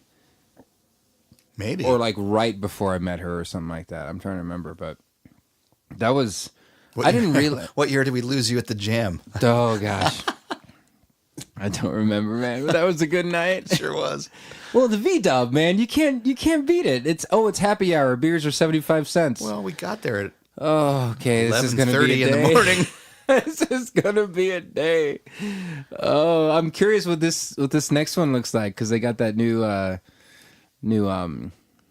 plaza they're building. and Outlaw everything. Square. Outlaw Square. That's going to be a blast. It'll probably be a good time. Good on Deadwood for doing that. Yeah, that'll be cool. No, but I didn't realize that it had been over a decade with you and Tom. Like, that kind of makes... I think that's what it was. I think it was pretty Yeah. close. That we might not have started gigging right away, but we definitely started playing together, and I think it was 2003. So that kind of makes like that him moving away like pretty significant. Like, oh wow, It was for me. It was, man. because you kind of had something settled in and dialed in, and did. like, hey, you know, And boom. I really thoroughly enjoyed it. I just Yeah. loved playing with him so much, and so then it was just me, you know. And I could have said, well, I'll maybe try another duo or whatever, but I just thought, you know what, I'm just going to try to do the solo thing now. Mm-hmm. I'd never done that before. Yeah, Never tried to play solo in this, so that was the beginning of that. I liked that too. I mean, For a while there, I would play at Flanagan's and book those same weekends or whatever, and I would set a pint of Guinness over on the other chair Right. for Tom. right. And then it just sits 'Cause I there and just gets super warm. Called it, flying the missing man mission. Oh, I man. missed my buddy. Yeah. Have you ever drank a warm Guinness? This is a side note, have. but I had one yesterday. I don't even know what I was going to meet someone for lunch, and they said, "What do you want?" I was like, "Order me a Guinness." And apparently, the bartender had poured like 12 Guinness because there was an event going on, and he was anticipating people would need them. Was it for the Chippendale guys? No, this is not.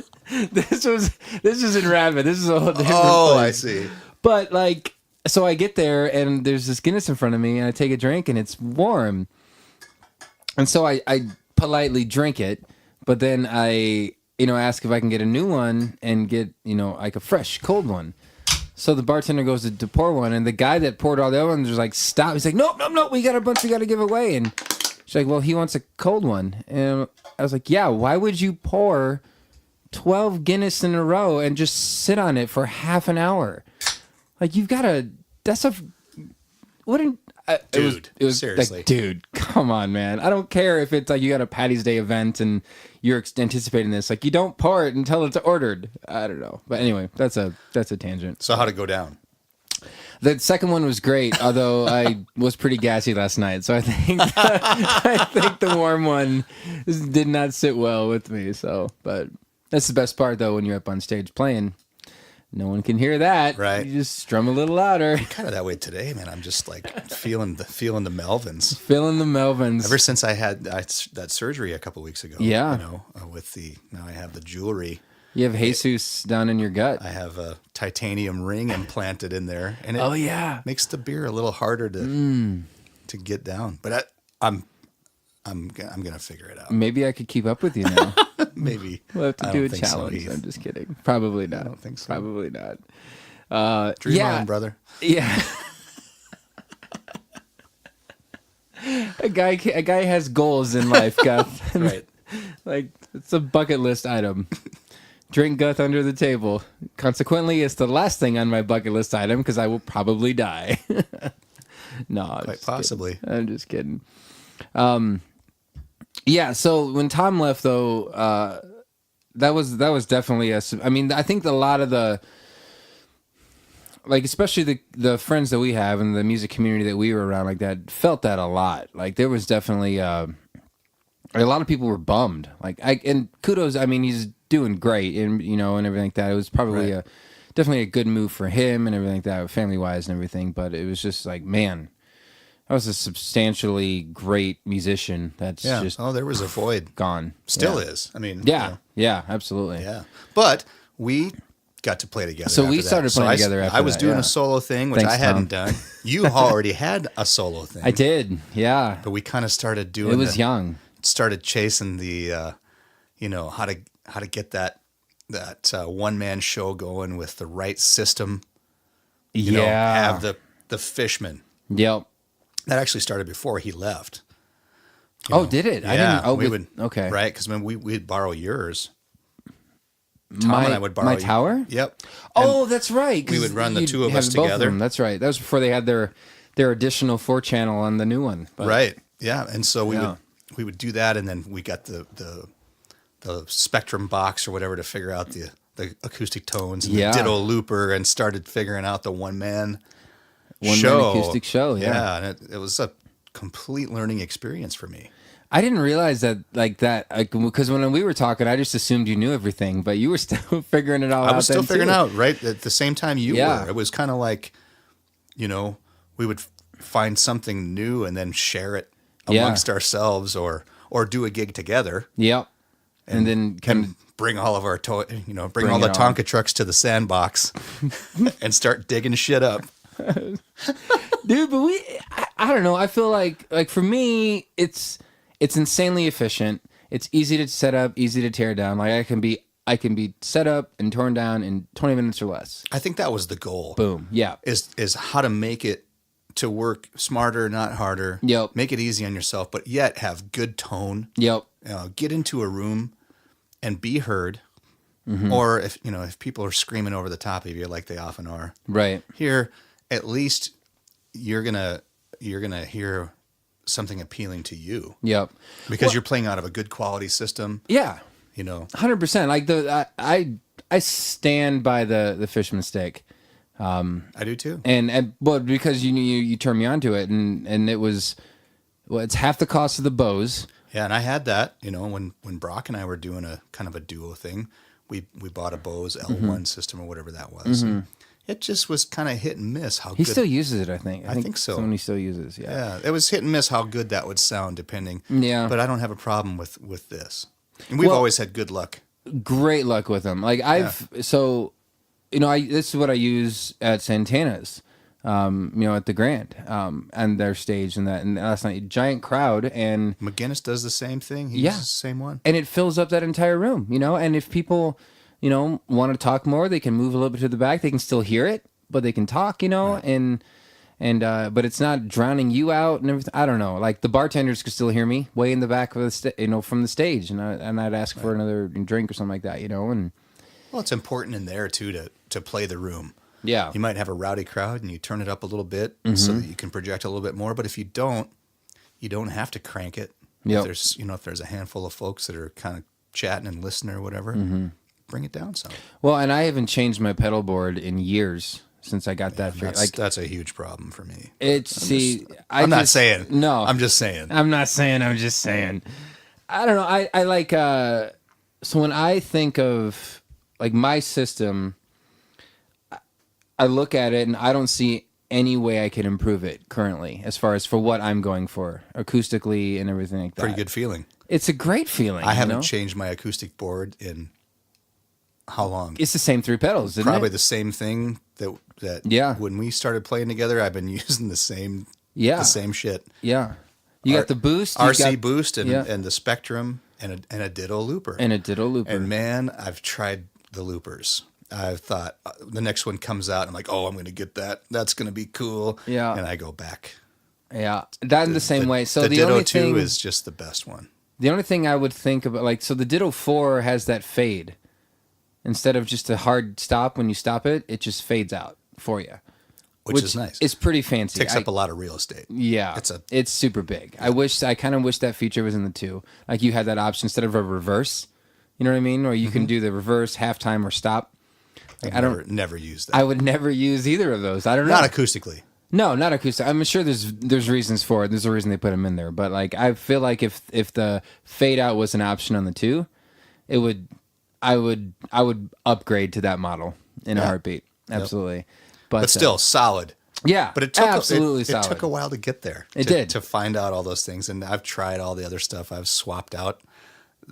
You've swapped out DIs and everything like that. And we've played around with a few of those. And dude, I just keep coming back to the same ones that work. Yep. Spectrum's 100%. That's a staple for 100%. sure. When we Thanks, Larry. Yeah. Thank you very much. We appreciate that as human beings.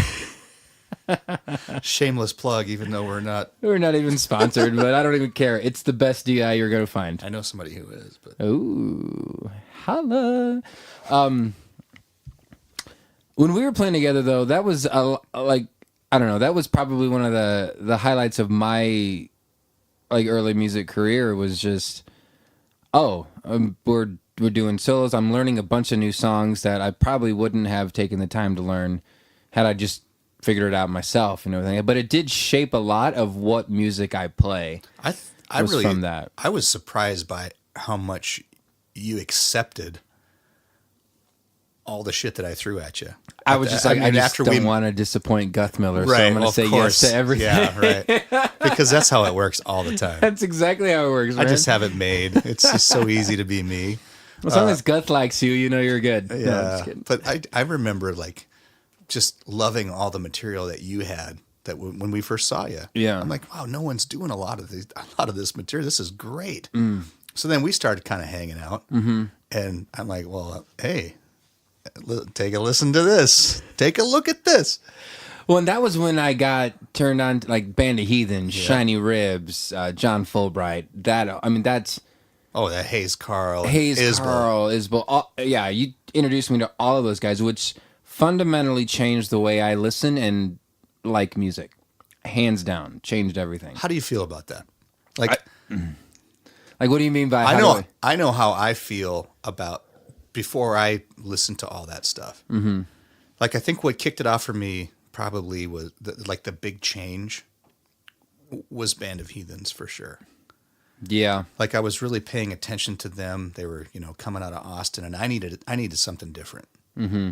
And I found them, and I just absolutely dove in, and that's how I found everything else. That's where I found Isbell, sure, and Shiny Ribs, and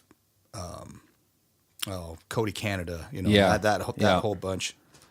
So but I feel so good about that change. Yeah. About how I shifted gears, and I still love all the stuff that I used to, but I really needed that.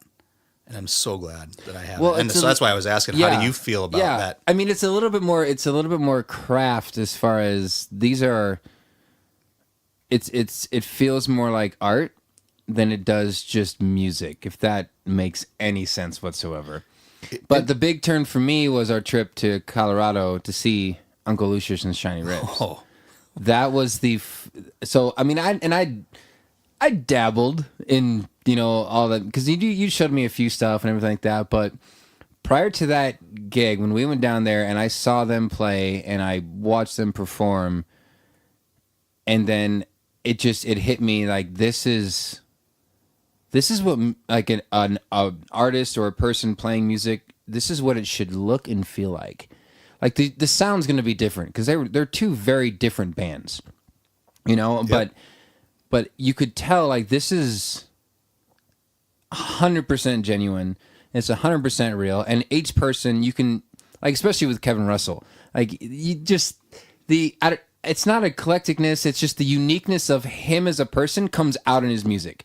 And when you're listening, like the stuff I was listening to prior to that, I couldn't tell you what those artists and people are like as a person. You know what I mean? It's hard to go back and remember that, isn't it? Yeah, it's like just ridiculous. But as soon as that happened, I went, oh no, I kind of get how that guy is like. I kind of get a feeling of what it would be like to hang out with him. And I want that to be in my life. Yep. When you see Kevin Russell with the uke and his suit on, doing that crazy dance and going, shake a bone, lick it on now. Oh, and then God, he falls down so on the good. floor and starts doing the gator. It's so good. Right there. Yep. At Cervantes, it was like, my heart is full. Yep. Like this is a guy that is putting everything in there, and that Just all the passion. Yep. And it's the content was different with that style of music, with all of those groups that we just mentioned. Yeah. Like it made me start thinking a whole lot more. Well, there wasn't a remember when- set. Like there wasn't a set. This is kind of what we have to sing and write about. Like it's just I don't know. This is what popped into my head, and Right. this is and now I made it a song. you Well, know? look at 9 Steps Down and Second Line. Yeah. It wasn't enough for me just to listen to and know the song. I had to.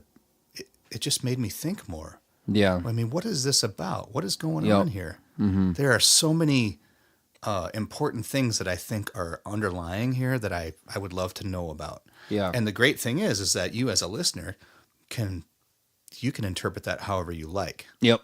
Absolutely. They don't care. Yeah. No. I don't think so, anyways. Let it be what it is. Right. Let it be what it is.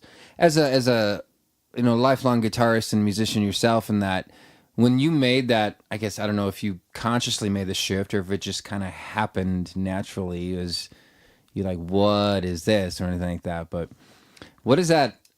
Do you remember what that felt like as far as when you go back and listen to the older stuff? I mean, obviously, Kiss is in a whole other level in and of himself and everything like that. I just listened to a live 2 weeks ago. Okay. Because I wanted to remember what that felt like. Like the journey and the process to get to what you're listening to now and everything. Yeah. And just I remember not knowing the lyrics, as a 7-year-old or 8-year-old. I didn't know what they were saying. I made up a lot of my own what I thought they were saying. You know how you sing along Right. and you're singing the wrong thing. my brother used to think that Garth Brooks' Shameless was shaving. Oh, So he just thought it was a song about, oh, I'm shaving. nice. He was like 5. I don't know. Yeah, there was a lot of that stuff that I would just sing along to, and I didn't care about the lyrics then and what they meant. Yeah. It was just great rock and roll. Mm-hmm. When you're in grade school. But Yeah. I listen to it now, and I still get that feeling that I got then. Mm-hmm. But now I kind of understand what they're saying, Sure. and even though a lot of it was just cheesy sex love party songs or whatever. Right. But I have a better understanding of it. Yeah, absolutely. Yeah. So Yeah. I mean, that was the thing. I think that's what got me into like songwriting myself and, just helping promote songwriting in and of itself was just artists like that and every artist I found from that Shiny Ribs Uncle Lucia show was just, these are performers that wrote the songs that they're singing. And there's content and depthness to their words, not just, hey, here's a song, give me some money. You know what I mean? Right. I think that got me 100% hooked on songwriting as a whole and what it is. Just, yeah, absolutely. same here. I'm not so much hooked on doing it, the writing myself, but listening to more of those kind of people because I felt it was so important what they had to say. Yeah. And how they were crafting it. Mm-hmm. I remember hearing Jackson Station, and I don't remember where it came on. Like if I was doing a Pandora radio or something, but I heard that song and like Band of Heathens, wow. Mm-hmm. And so I just got that first album, and it just changed everything. Yeah. I thought, oh, this sounds like a song that Tom and I could probably play together. Yeah. Which we did. Yeah. And it just took a whole new life. Yeah, know? absolutely. Changed the way I think about a lot of things. Yeah, it does. It definitely does that. And I don't know if I think more people should know artists like that, you know, and hear about them. And, well, and the more you got into it, like dude, hooked. It just like came around back to me, full circle, because you were like, "Hey, have you heard this? Have you heard this?" I'm like, "No, I haven't heard that." Yeah, yeah. Before you know it, we have like this whole new 3-hour set list of. It's too much. Yeah, It's overwhelming. Yeah. we have a lot of songs to learn, but it's good because I mean, anybody can pick up a guitar and play the songs that you're going to hear in the, you know, any given day, and any random person in a bar, you know, go to karaoke and it's the same thing, except someone's playing it live versus singing it through a thing or anything like that. But when you have artists that are playing unique stuff that is of that quality, I don't know. I think people remember stuff like that more than oh yeah, there's another guy that played a song I've already heard 100 times. Right. You know, I don't know. Maybe I'm naive in that and thinking that I'm educating people, and I'm really not. They're just like, come on, man, play Wagon Wheel. But like, I don't know. It's just awful. Yeah. Well, that song's not awful. No, great song. Love Old Crow. Great song. Love those guys, and it's still a great song. I mean, it was just so overdone. It's just beating it down, like, and that's the problem when you come up with a song that's that great and that catchy, that is that well received across the spectrum, like it's gonna get killed. Do you think though that, I mean, that song has a lot of importance for other reasons too? I mean, everybody knows it, but it was also a way for people who were listening to mainstream country when bro country broke out. Mm-hmm. We won't even go there. Yeah. But that was a song that wasn't there, and so that gave people a catchy tune. Yep. You know, that was, you know, started by Dylan and finished by Old Crow, and it gave them another avenue to look for. Like, hey, yeah, that's a cool tune. Let's listen to some more of that kind of stuff. Yep. And it started getting people off the mainstream top 40 grid. Yeah, that's a good point. Like, hey, that's a good point. These guys are good, and so is Turnpike, and so are the Avits. I mean, just there's another way to look at stuff. So that song was maybe helpful. It was like a hook, right? Like fishing in a river. You throw this hook in. Oh, what is this? And right, like, oh wow, there's this. We can turn left here and listen to these things too. Yeah. Great. And then of course, I love Hootie. Yeah, but Darius coming out and recording that song brought it over to the mainstream side again. Yep. And it just kind of that wasn't the point. It made my heart sink. Like, I'm like, oh, now it's back to where it took the people in the right direction, and then it came back and it. Well, it was a cash grab. I mean, I'm sure they saw. Sure, I'm sure they saw profits lose. Swallowed and up. Like, we gotta make some of this back. It got swallowed up by mainstream, and I was bummed. Yeah, that was a sad day. That was a sad day, but nothing we can do about it. Those are people way above our pay grade, Guth. Yeah. Yeah. So the solo thing was fun. I mean, and we were doing our a duo from time to time, but still doing our solo stuff. Mm-hmm. But I got lonely. I mean, I loved the one thing I liked about playing solo is that I had no one else to tell me what to do. Yeah. I didn't have to bounce anything off anybody. I could play whatever I wanted to play. I was in control, and I got all the money. Right.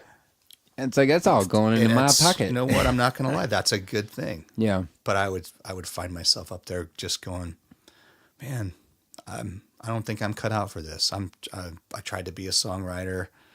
I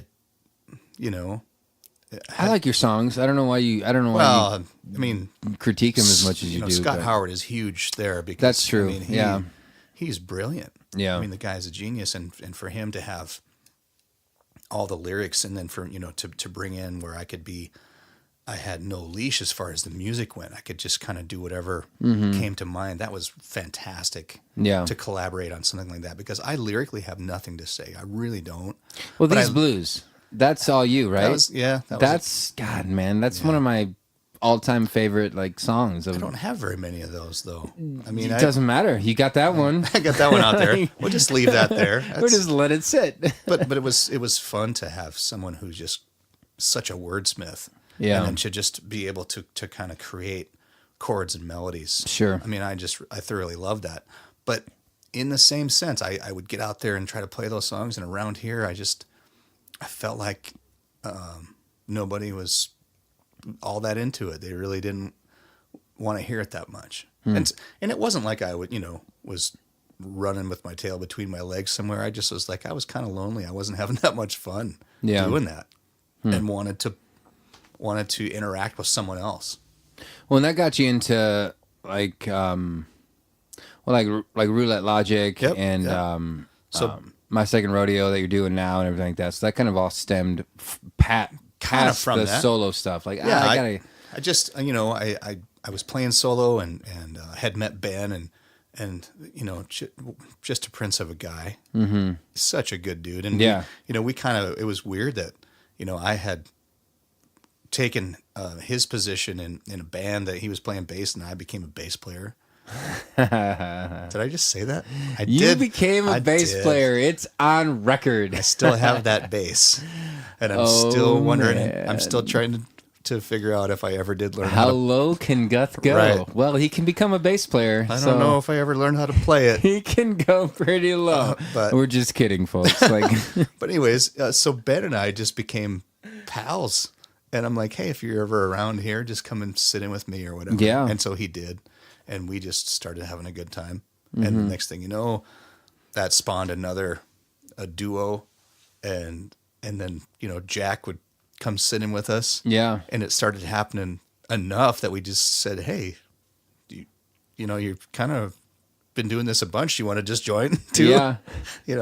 So what made you think of the name Roulette Logic? Like, was that just I don't know, it sounds funny. It was a random thing. So we wanted something that kind of made, when we first started, we wanted to not be tied down to any particular genre or time frame.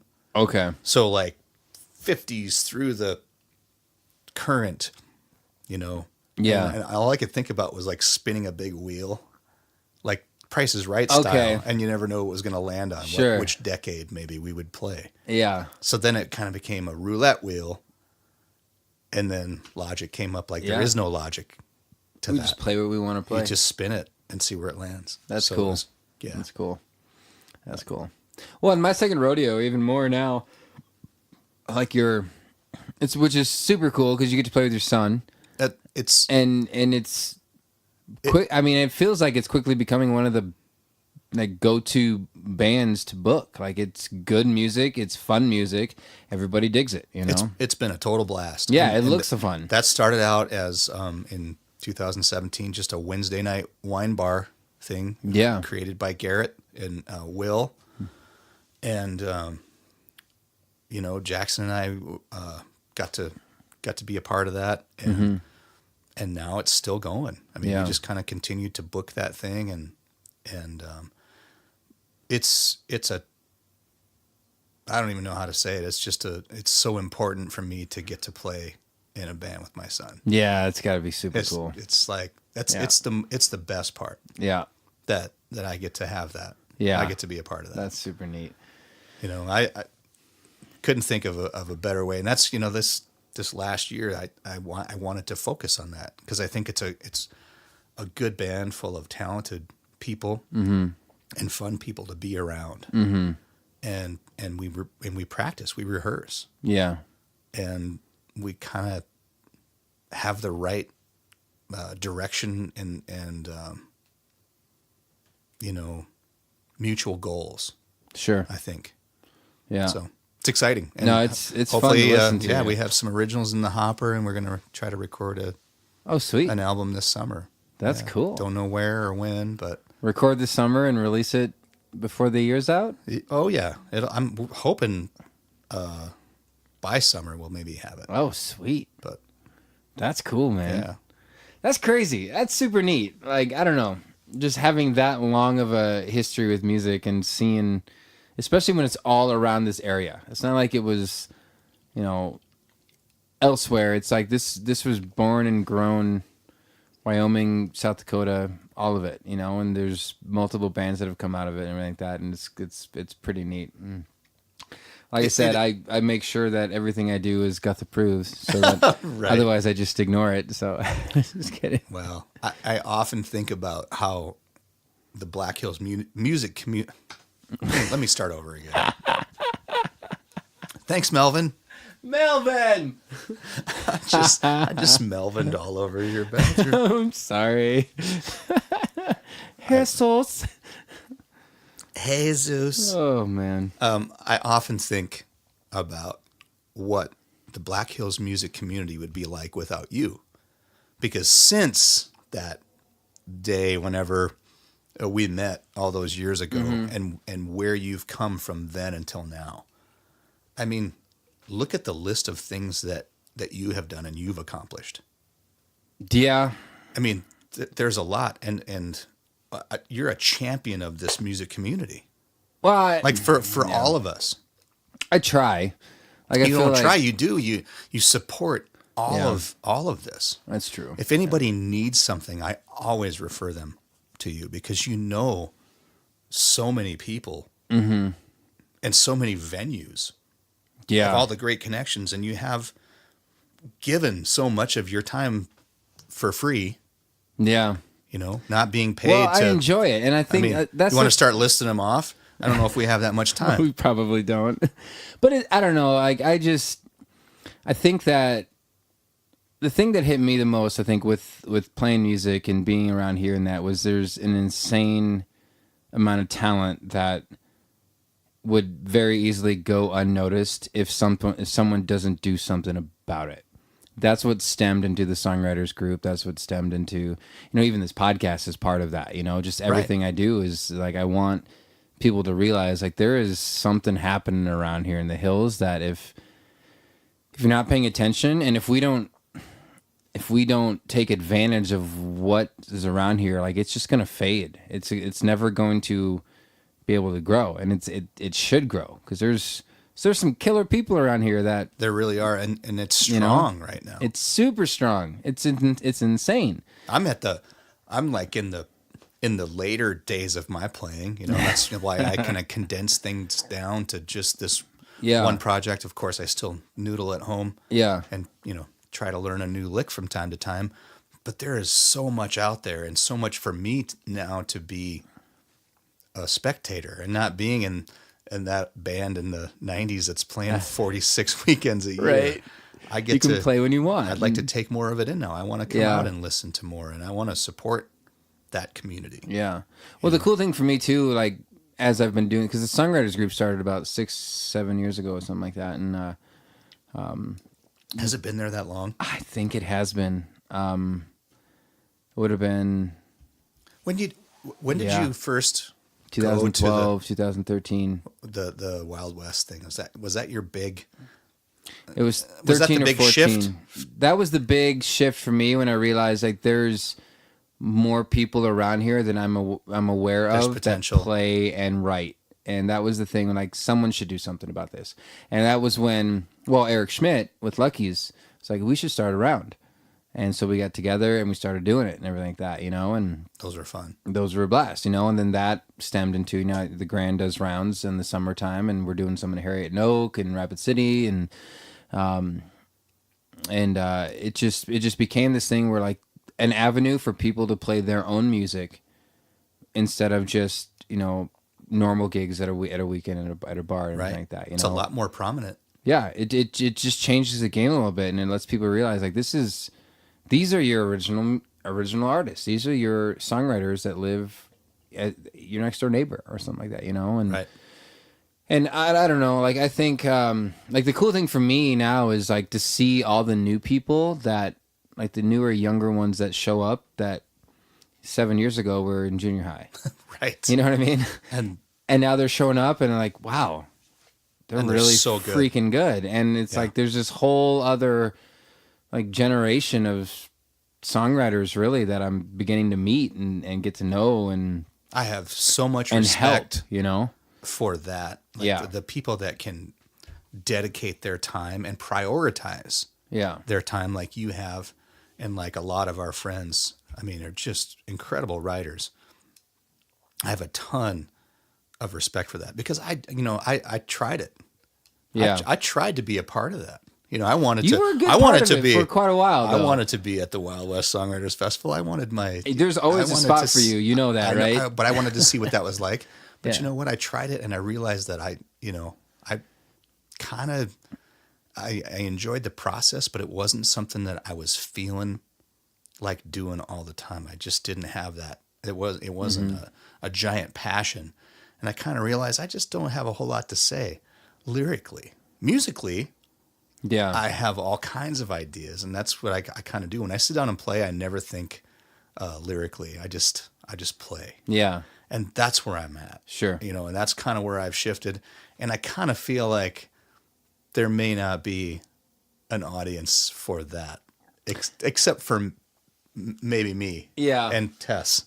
Well, Thanks, Tess. Tess has got it, man. She'll listen to you all Good day girl. long. Yeah. I don't know. I feel like Should have got her a mic. we should have. We should have given your dog a mic and Listen to seen the what she snoring. would- see what she would have said. That would have been great. Put one on each end. Whoops. That'd be good. I don't know. I mean, coming up with the licks and stuff too. You never know. Someone like, hey, I want that. I think it would fit good with this song. And because we've written a few tunes together too. Right. And I dig them. Like I still play them. I played a couple of them last night. Yep. And it's just like, it's cool when you get someone that can put words together, and then someone that is a lifelong guitarist that can come up with the licks and stuff that just really bring out the feel you're trying to get across with the song with the words you're putting out. And as you know, You match those two together, man. Right. And I enjoy that. That's for me, that's fun. Like when we went that Saturday morning at your house, we started. We had a couple of those. 12-pack of High Lifes at 11 High a.m. Lives and Bloody Marys, man. But hey, some good songs came out of it. And so. just, you have all this content. Yeah. You have so much that's there. And I love to be able to try to create around that or come up with something. That's what I feel good about doing. Yeah. Otherwise, I don't have much to say. We'll have to schedule another one of those soon because I got a lot that I should have you That'd be play fun. around with. It'd be a good time. Well, we only live, what? We're a couple blocks away now, 3 man. blocks Like from 3 each other. blocks. That's great. I like it when we're this close. Yeah. So close. Yeah. Dude, this was fun. This is great. I know we didn't get near of all the Guth stories and Guth history that is there, but I think it was pretty good. this was fun. This is a good time. We got a lot, and Well, thanks, man. yeah, this was good. We almost killed one whole sixer of Melvin, so I think we got time. Let's talk about something else. We'll get do one something. More. Let's do one more story. And let's do a story and then Let's call see. it good. Let's see. Give me a good one to end on. Think of something here. Yeah. Something that Hold on. Building the pyramid. Oh, that's a good one. get it going. I'm gonna try not to knock that over. Look at that. Let's see. Let's talk about Epic gig story. epic from gig Guth. story. Okay, so Outriders is playing in Sioux Falls, South Dakota. We got invited to play at Borrowed Bucks. Have you ever been there? No, Borrowed Bucks. Is it still there? It is. Okay. I think it's still there. Anyways, there was a summer gig. They used to have some pretty great country bands that would play in the bar. Well, we were hired to come play a Harley giveaway. Like it was a summertime street dance or something. Mm-hmm. Anyways, so Outriders goes down in our bus, and I've got some pictures of this, and a bunch of our friends went too. And we travel down there and get to the hotel and check in, and it was like we got up to our rooms and we're all kind of close together in the same hallway. And I'm like, all right, you guys got 10 minutes to get down to the bar. We're gonna all get your shit put away. We're gonna meet downstairs. And we went downstairs and proceeded to pretty much tear it up in the lounge. And I think there was a band from Rapid playing in the lounge of our hotel. Mm-hmm. I think it was Howard Johnson or something. And we got up and jammed with them and pretty much closed the place down. Well, we're trying to walk back to our rooms, not really remembering quite where they were because we were in such a hurry to get down there. Yeah. And so there's a whole line of us, and we're walking down these corridors and up this, not taking elevators. We're going up the stairs and downstairs. We're lost, and we're going back down from one floor that we were on back down to another one. And our bass player falls down the stairs and lands on his face. Oh. I'm thinking, oh man, this is bad. And he's laying down there. We're like, hey man, you all right? You all right? Just kind of shaking him a little bit, and he kind of rolls up a little bit, and he goes, I crushed my smokes. That was his concern. Ruined. I crushed my smokes. So the next day we get out to Borrowed Bucks, and we're setting up. They have a flatbed trailer, and we're setting up our stuff. And I have one of the worst hangovers I've ever had, plus a migraine on top of it, like just shooting pain. I'm out there. We're trying to sound check, and on asphalt, and it's probably 100, and I'm just sweating. And all of a sudden, you get that feeling. You start feeling that taste in there. Like, all right, I gotta run quick. Oh no! Ran, hurled all over, and came back, and it just like totally relieved everything. Oh man, that was all it took. And I was just something like, good about that. Yep. Game on. Puke and rally. Let's sound check. Puke and rally. Oh my gosh. Yeah. That's funny, dude. We made it through the gig. There was a huge windstorm that came through. It didn't rain on us, but it was a lot of wind, and it kept blowing cymbals over. So we had some of our friends holding cymbal stands in place, like from the ground. They were like standing up there like holding, hanging onto it. And we, for whatever reason, I think we had to leave that night, and so we loaded up, and there was just a big storm coming out of Sioux Falls on the interstate. Oof. And I'm in the back, kind of still, on bender number 2, bobbing and weaving in the 76 Dodge school bus. And I can hear Don up there driving, and he's like, we got frogs up here.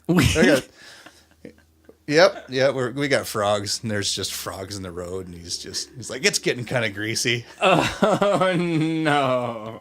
It was just bizarre. Outriders. Oh, man. That's cool, man. So, anyways, that was good. You don't have to post that one. That was a good story. We're gonna end with that one. Oh my god, we got frogs up here, folks. Cheers, man. That's Jason Guthmiller, ladies and gentlemen. If you ever get the chance, go check him out, listen to him play, and hang out with him. He's a fun dude.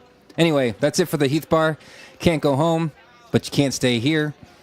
Shoot me an email if you want to get in touch with me, heath@heathbaronline.com. You can find me on social media as well. Twitter is my name, @Heath Johnson, and Instagram and Facebook is @HeathBarOnline. I will see y'all next time.